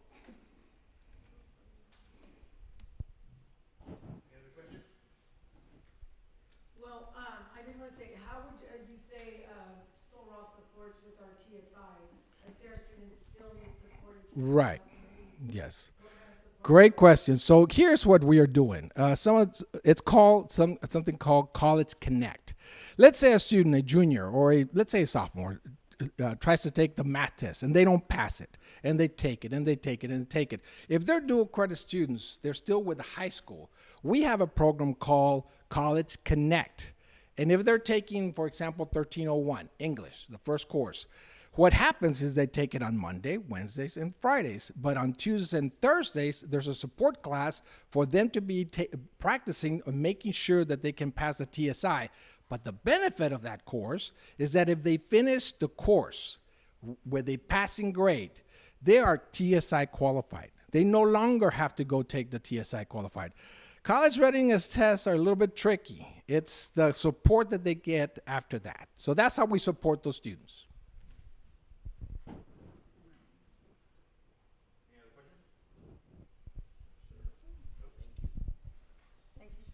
Thank you. Questions, is there a motion for this item?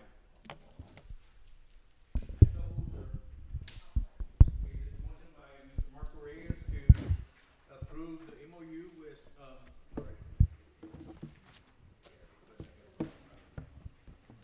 with Sul Ross State University. Dual credit with Sul Ross State University International. Seconded by Ms. Juanita Rendon. All in favor? Against? 6-1, motion passes. And the only, for the record, the only reason I'm going against is because I don't want our students to be off of a revamp. And this statistics here shows that the process, the effectiveness is not there. That's why I decided that. That's my. Thank you, Board President. Thank you, Dr. Spur.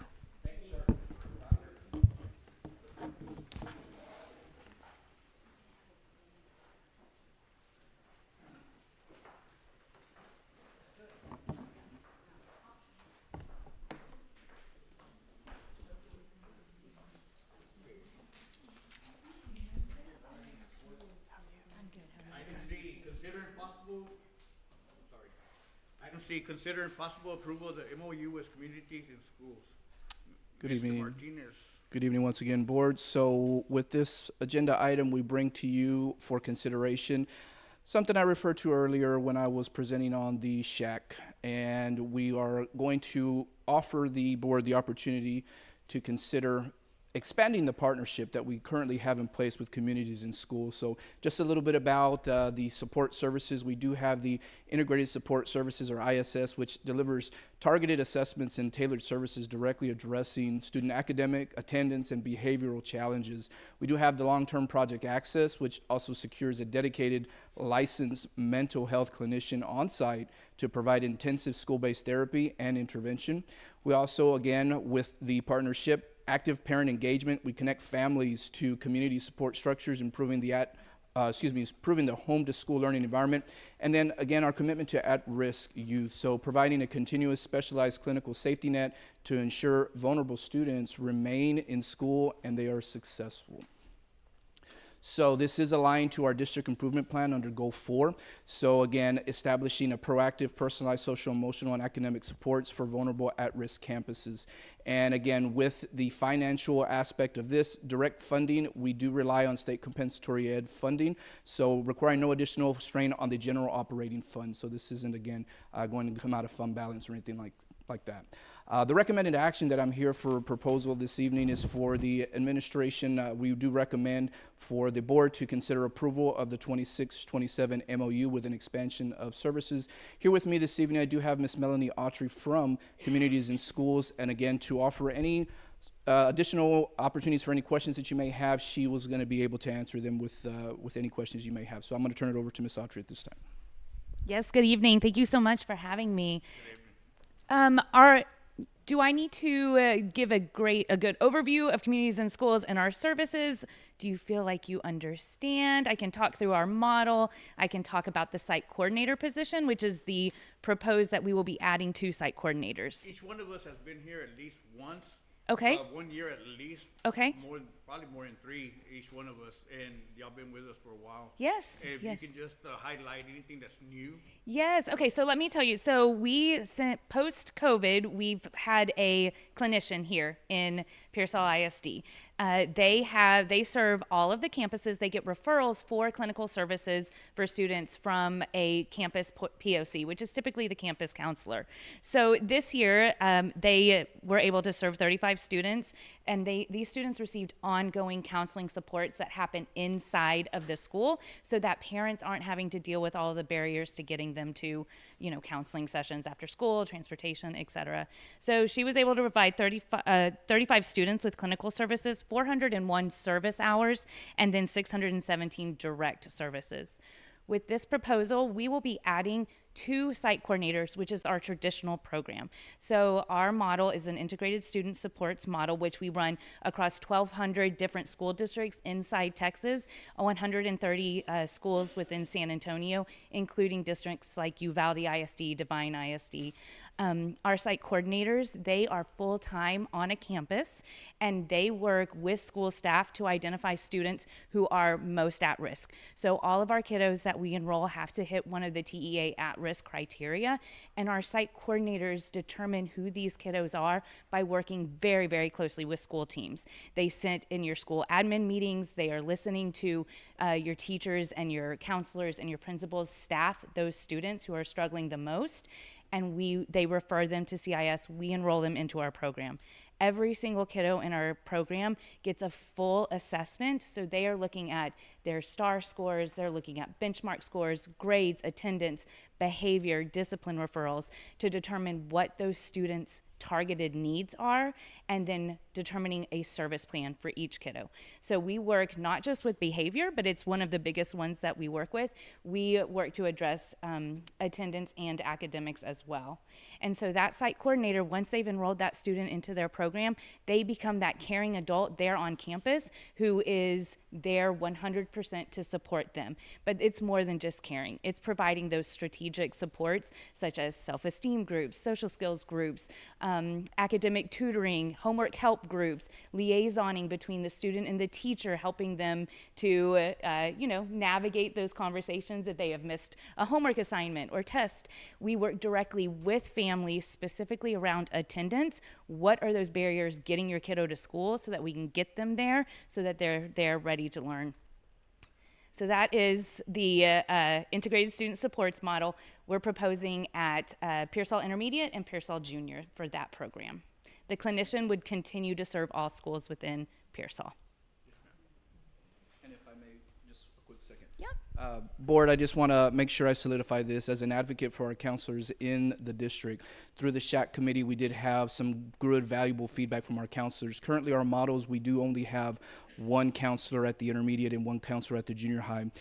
Just sitting and talking with them and hearing them out for a few seconds, you'll get very easily the impression is that counseling can be very overwhelming. Counseling can be very, very stressful, and we desperately wanted to be able to find opportunities that we could continue to support them in their efforts and doing things that are going to allow us to be able to reach as many kids as possible. So I just wanted to make sure that you guys were aware of that this is coming directly from the feedback from our counselors that are just in very much need of continuing to offer supports. And it's not that they're not doing everything they can, they desperately are, but this is an opportunity that we had to expand services that we currently already have. Appreciate that information. We appreciate your services. Thank you. What y'all provide for us. And not that you have to, not that CIS has to, but like Mr. Martinez just said, even our high school well, not high school, but just the campus administration, if they can just sometime during the course of the year, just bring some information on, what kind of, the services that have been provided. I know you can't provide information student-wise, but, just anything that. Summaries. Summaries, yes, sir. To be able to have Just any kind of summary during the course of the year, so. And, if you'd like to join us one time and just reach out to Dr. Spoor. 100%, absolutely. As well. Mm-hmm. Thank you. Any questions? There's no questions. Is there a motion? I move that the Board of Trustees approve the MOU with Communities and Schools for the 26-27 school year as presented. Is there a second? I second. There's a motion by Dora Mata Rodriguez to approve the MOU with Communities and Schools for 2026-2027, seconded by Adrian Ramirez. All in favor, raise your hand. Anyone opposed? Motion passes 7-0. Thank you very much. Thank you so much. We'll get going.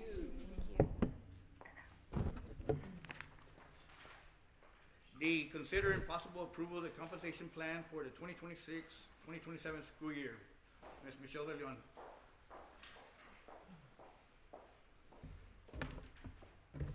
Good evening, Board. Right here, what I'm going to be presenting is basically an overview of what we have already discussed previously in the budget meeting. So this compensation plan is to remain competitive in teacher and staff recruitment, address market gaps and pay equity, improve retention in critical shortage areas, and maintain long-term fiscal sustainability. So what I put up together here is basically a recommendation to basically leave up to you the package that you would all like to move forward with. And so as you can see, recommendation 1, 2, and 3, they all show our current starting teacher pay at step 0. We start at $55,280. Recommendation 1 proposes that we increase at step 0 to $65,000 with increments every year of $400. Recommendation 2 recommends that pay step 0 be increased to $63,000 with increments of $500 for every step after that. And recommendation 3 is recommending that the starting step be up to $61,000 with the pay step increments of $500,000. If you look at the teacher step increase under number 1, where it says $692,000, that is the difference between what we currently pay and moving forward with that one, what the difference would be for that plan. Same for 2 and number 3. We are also proposing a general pay increase across the board for administrative professionals, clerical paraprofessionals, and auxiliary of 5%. And again, the grand total is at the bottom. That is the total that it would be all inclusive. The health insurance contributions, to increase the district contribution from the current $375 to $499 per month. And so the difference would be $239,668. And the incentives, to be paid in December for $750 for full-time and $375 for part-time. The total cost of that would be $250,000,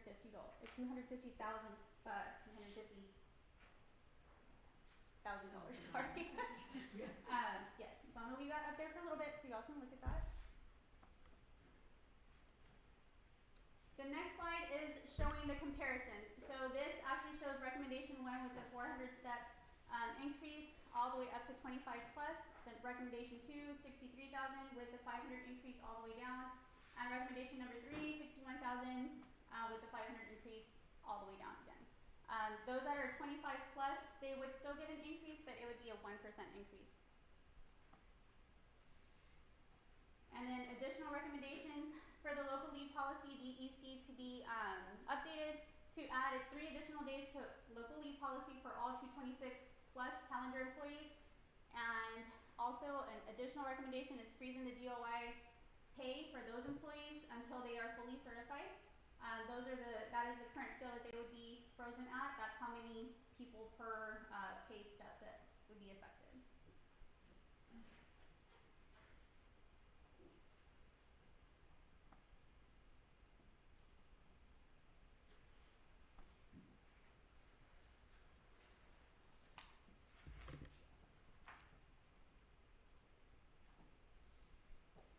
That's all I have. I'm just waiting for the package if y'all would like to present.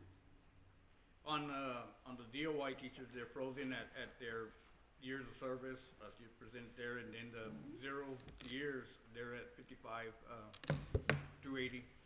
And I'm sure they know, I mean, y'all have already presented letters to them that, you know, they're not certified. If they find a certified teacher, you know, they're, you know, they're gonna get replaced and so on and so forth. Yes, So,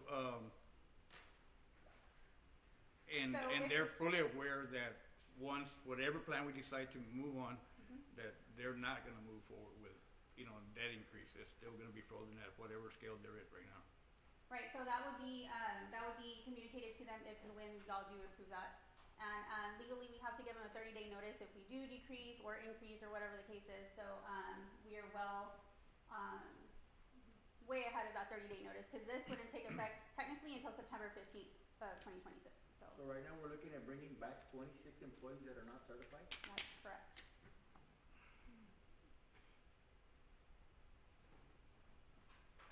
Wow, it's a big difference from what we discussed.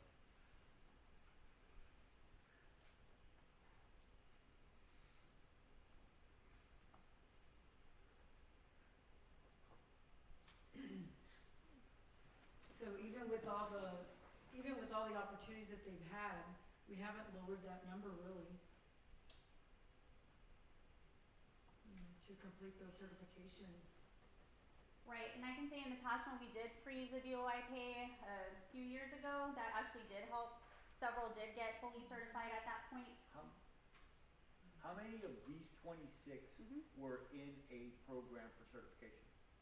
Out of those 26, And how many were actually Making putting progress? in effort? So, if I had my phone with me, I left it over there, but, I actually tracked them every single month from the beginning of the year to the end of the year. Some of them made 2 attempts to update their progress. Others didn't do it at all, the entire time. Most of those that didn't do anything the entire year were not brought back. So yes, those numbers actually went down a little slightly. We also had some that did, recently just become fully certified, so that's updated, that'll be updated on there as well. But yes, those are the ones returning for 26, 27. I saw one post yesterday, that you got certified. And, you got 8 at first, year Yes. 1, so. Then you got And bigger- that, those bigger chunk. individuals that are, that have their SOE, which is an intern cert, they are not, they're not frozen. This is literally the ones that aren't SOE, that are just still trucking along in their program. I thought we were keeping those that are just trucking along. I Well- thought we Well, had to that- have that as a rule. They don't have to have an SOE as long as they're in a program. So, those are in a program. I think you just noted that y'all let go some. Yeah, right. So if we do have applicants that are fully certified, all of them, they're all at-will employees. They are not on a contract, and they're not bound by Chapter 21 at all.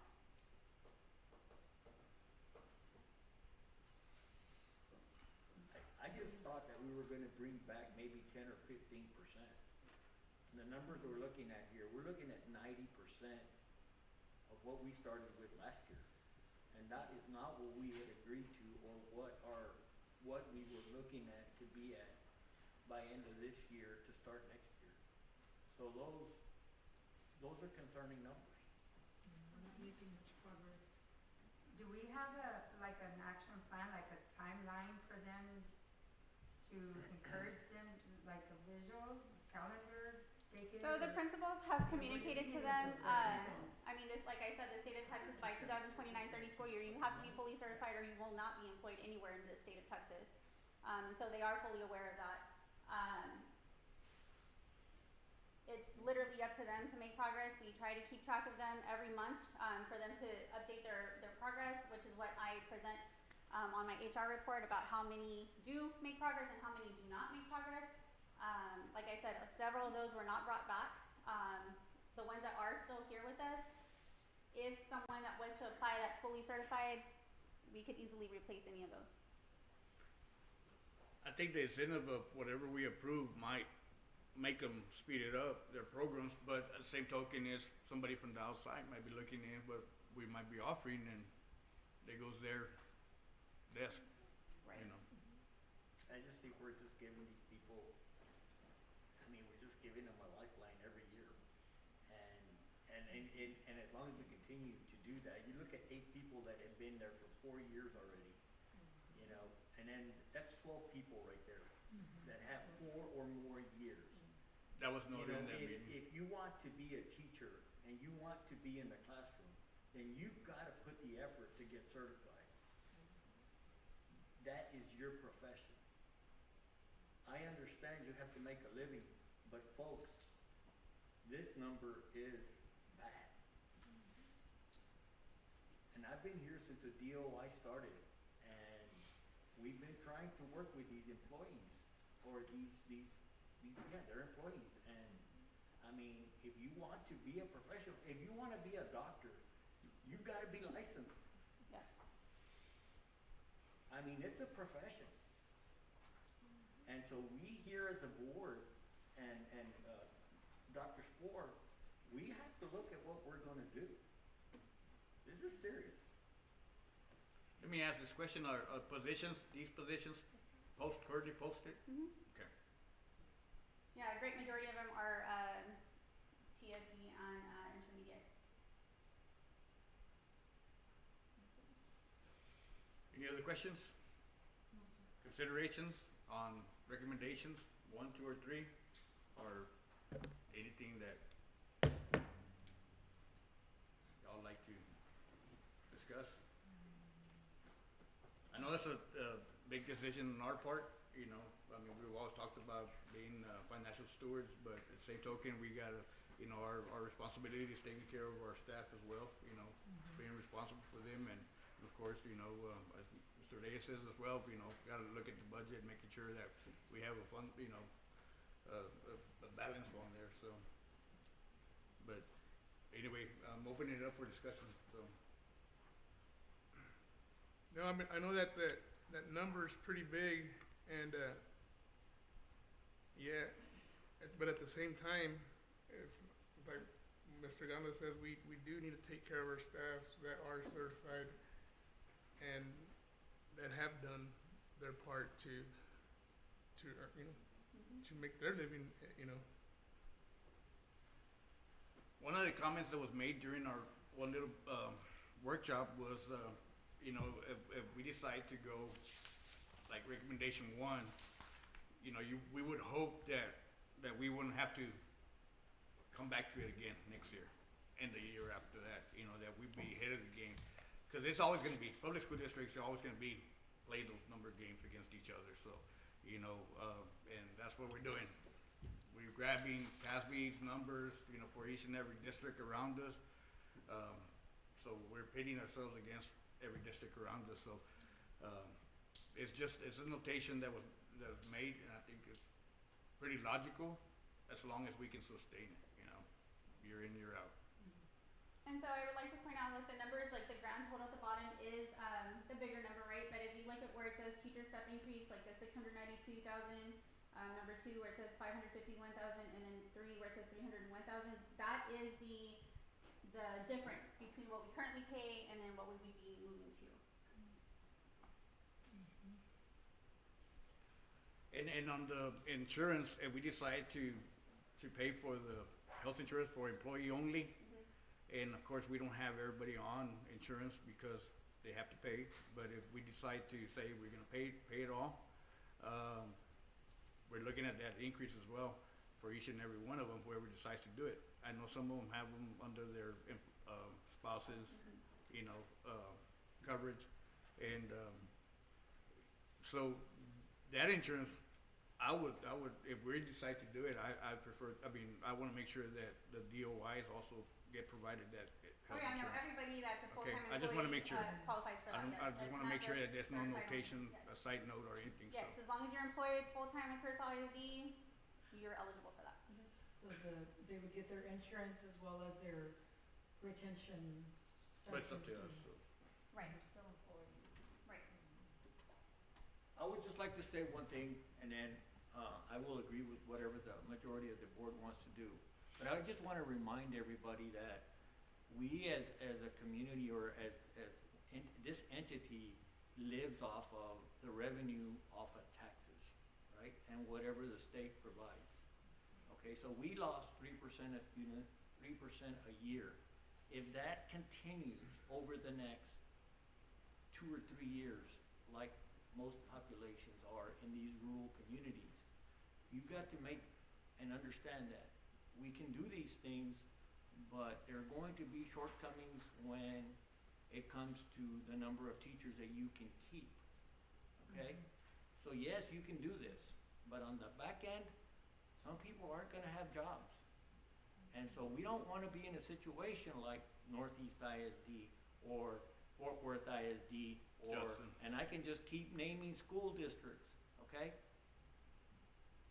The district is not a publicly funded organization like the companies that are out there, okay? They don't have things to sell. You only have one thing and one revenue only, and that's off of taxes and state, okay? If anything is squeezed on that, it's going to have a direct impact on your financials, okay? And so, yes, you can say, I want to approve number 1 at 1.2 million plus another $500,000. Now you're looking at $2 million. That is a 10% increase on our budget, folks. Where are you gonna come up with that? That means you're gonna cut $2 million off of somewhere else. So $2 million is 20 teachers. We can't afford to cut 20 teachers. Can we?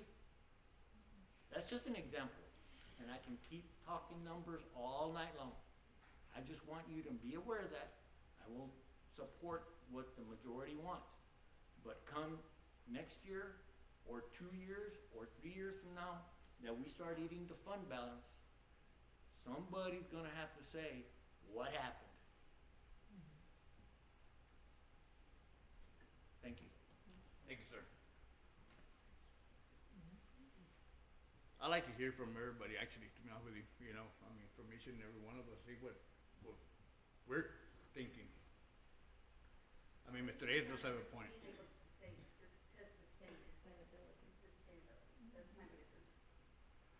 Well, it's like Mr. Reyes said, you know, you don't know what the future holds on the state level side. I mean, we barely get any kind of federal funding. Most companies are gonna provide 2 to 3% a year. That's, you know, are we gonna be going through what we're going through right now as far as the cost of living increases and stuff like that? Probably not. That hasn't happened since the 1980s, okay? And that's because of what's been happening in our government, which has nothing to do with us here locally, but it does have an impact on people's lives, and we understand that. Anyone else?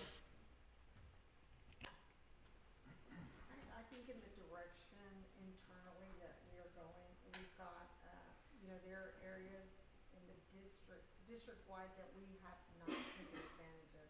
We haven't scraped PIMS. I feel like we've lost a lot of money in PIMS. And I believe that we now have people in place that will take care of that. Our attendance, you know, I'm not saying it's gonna be $2 million worth.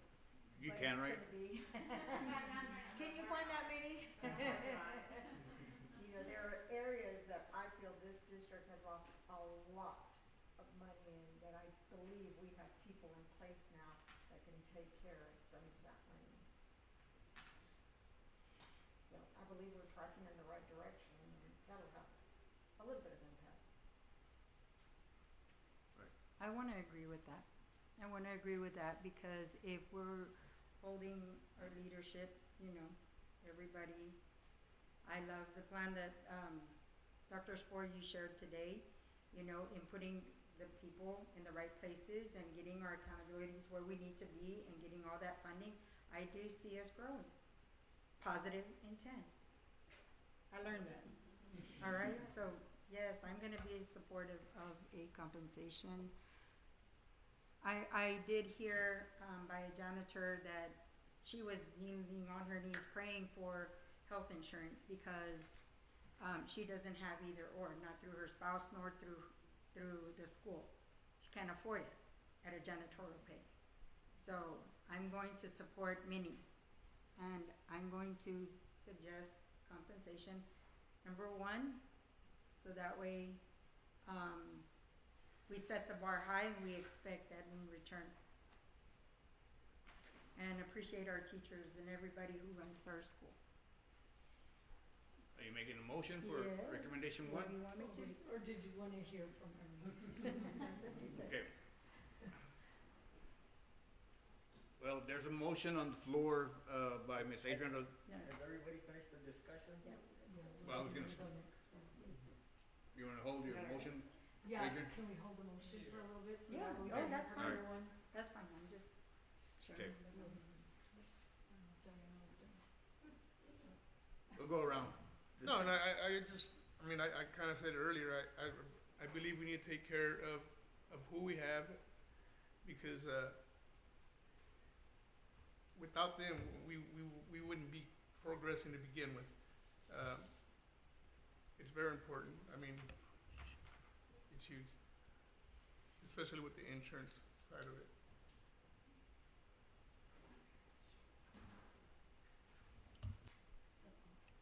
Well, I do wanna say that number one, being an educator myself, any penny is appreciated.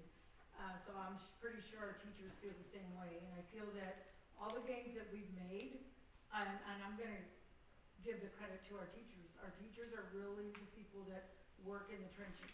While there are principals and but our teachers really are the ones that have to put the action in place. So I do wanna commend our teachers for that.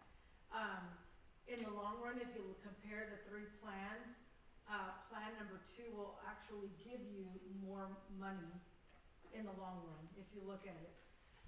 So I wanted to actually propose number 2, but I also wanna mention that our teachers, whatever compensation plan we come up with this evening that we approve, I want them to always consider that not only are we considering a compensation plan, but we've also considered the academic calendar where they have a week off in the fall. We are doing everything and anything to keep our teachers, to retain our teaching staff.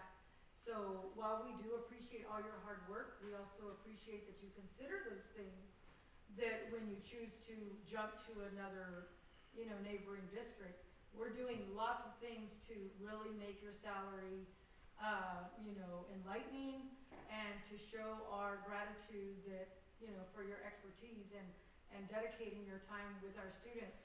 So those are things that I wanna make sure that our teachers know very well, that we're doing everything and anything to definitely compensate their, their livelihood as well. And for those teachers that are still not certified, I really urge you to please work on that, because whatever we shall decide this evening, your salary will be frozen. And, while we believe that you deserve every penny, we also believe that you should be certified to better serve our students. So I definitely want to say that, because we've done a lot of things to support our teachers, yet we still have teacher turnover, yet we still have teachers uncertified. So somewhere in all of this, we're still missing some, major points of why are we doing this? We are doing this to definitely compensate you, but we also need you to meet us halfway. So that's what I want to say. And I do want to say that compensation number 2 will actually give you more money in the long run. So just kind of want to look at that. I'm sorry? Yeah, starting at your. Yeah, I was gonna say, I mean, from year 0 to 21, that's basically, that's where you actually started, year 21. How many teachers do we have close to that year of service, Mrs. De Leon? You're 21. Well, year 20. Más o menos. Cause that's when you actually start getting a little bit more. But Honestly, not very many, because our school district's between the 5 and 10 year range. Okay. Yeah, that's what I was There are 15 that are above 25, but roughly maybe and we have probably 130 about another teachers. 15 that are 20 to 25. I was just trying to note that to Ms. Dora here. Ms. Juanita, any comments or more discussion? I know you already discussed something on there. Just back to our internal controls on how we can offset this. I think we're trucking along in the right direction, whether it's PAMS, attendance, attendance brings in a lot of money also. Things like that, I think we're moving that way. CCMR. CCMR, yeah, all of that will help. But I ditto what Dora just said also. So the retention bonus wasn't on here, or Yes, It's on that it's on last there, where it it's says on there. incentives. Incentives. So it's just a December only. It can be whatever you all want. Right. We Right. just It's- proposed one. and it's cool. Christmas. So whatever you Tends to be The popular one. So, on my take, I just want to share this. I mean, I wholeheartedly agree with compensating and trying to get ahead of the game for at least 3 years. Hopefully our neighboring district. I mean, I know some of them are close already. That's no doubt about that.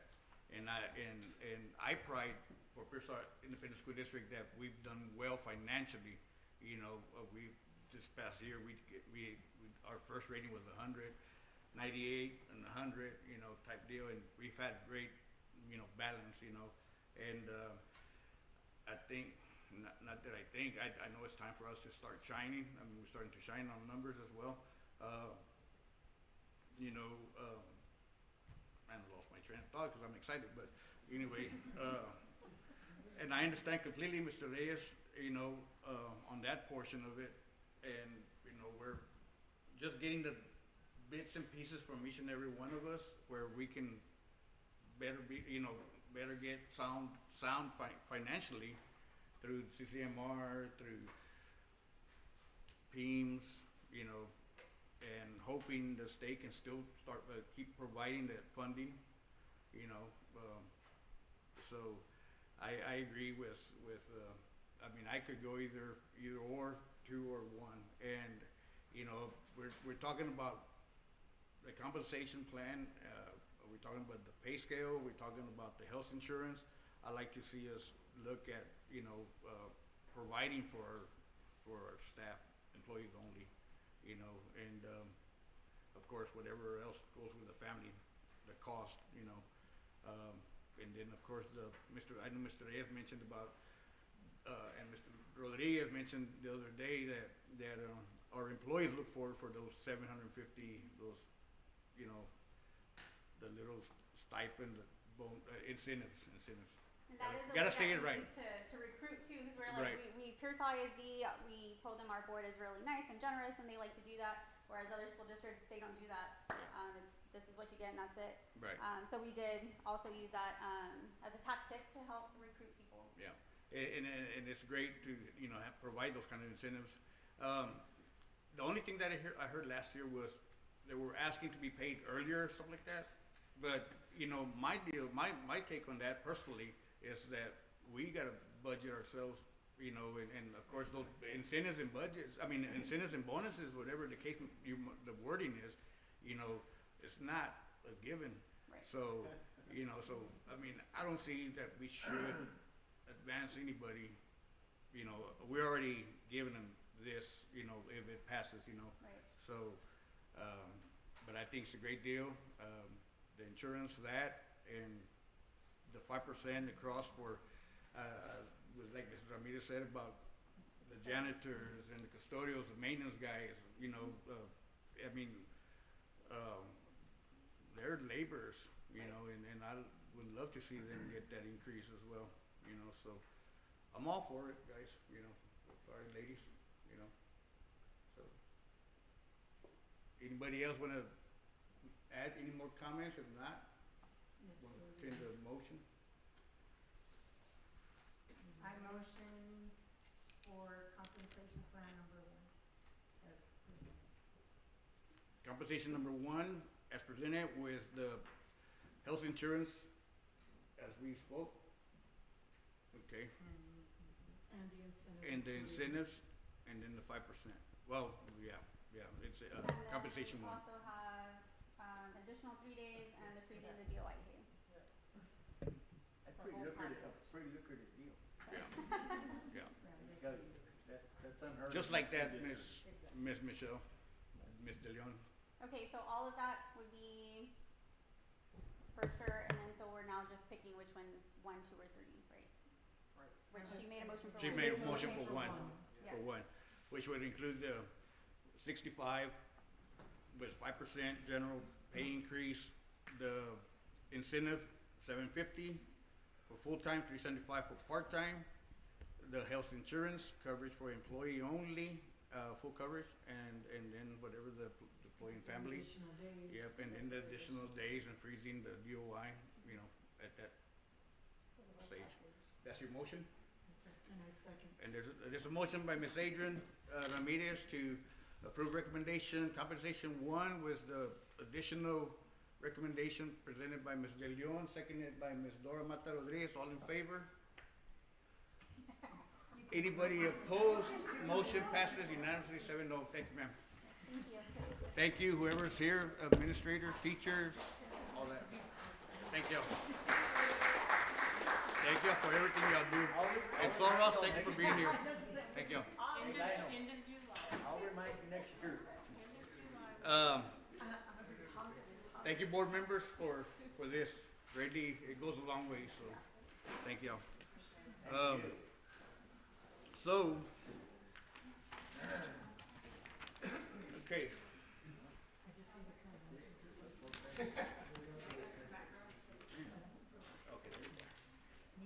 Did you get all that, Audrey? Thank you, ma'am, because I'm not writing my chicken scratch anymore. You got it too? Thank you. Okay, item number 8. Anybody else before y'all leave? Whoever leaving staff, thank you very much for being here. Appreciate y'all. Closed session. The board will now convene in closed session at 9:15 p.m. As authorized by Texas Government Code Section 551.074 to discuss and consider the appointment, employment, evaluation, reassignment, duties, discipline, or dismissal of a public officer or employee, or to hear complaints or charges against a public officer or employee.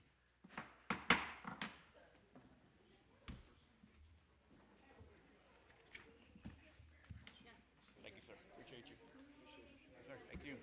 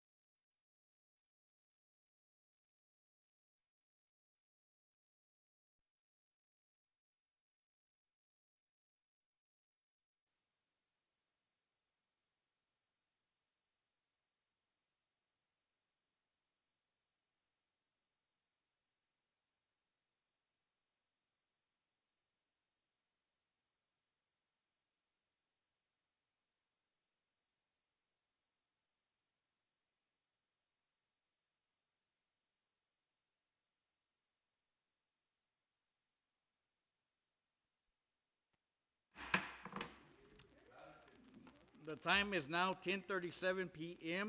The board will now reconvene in open session. The board will consider and act, if necessary, on matters discussed in closed session.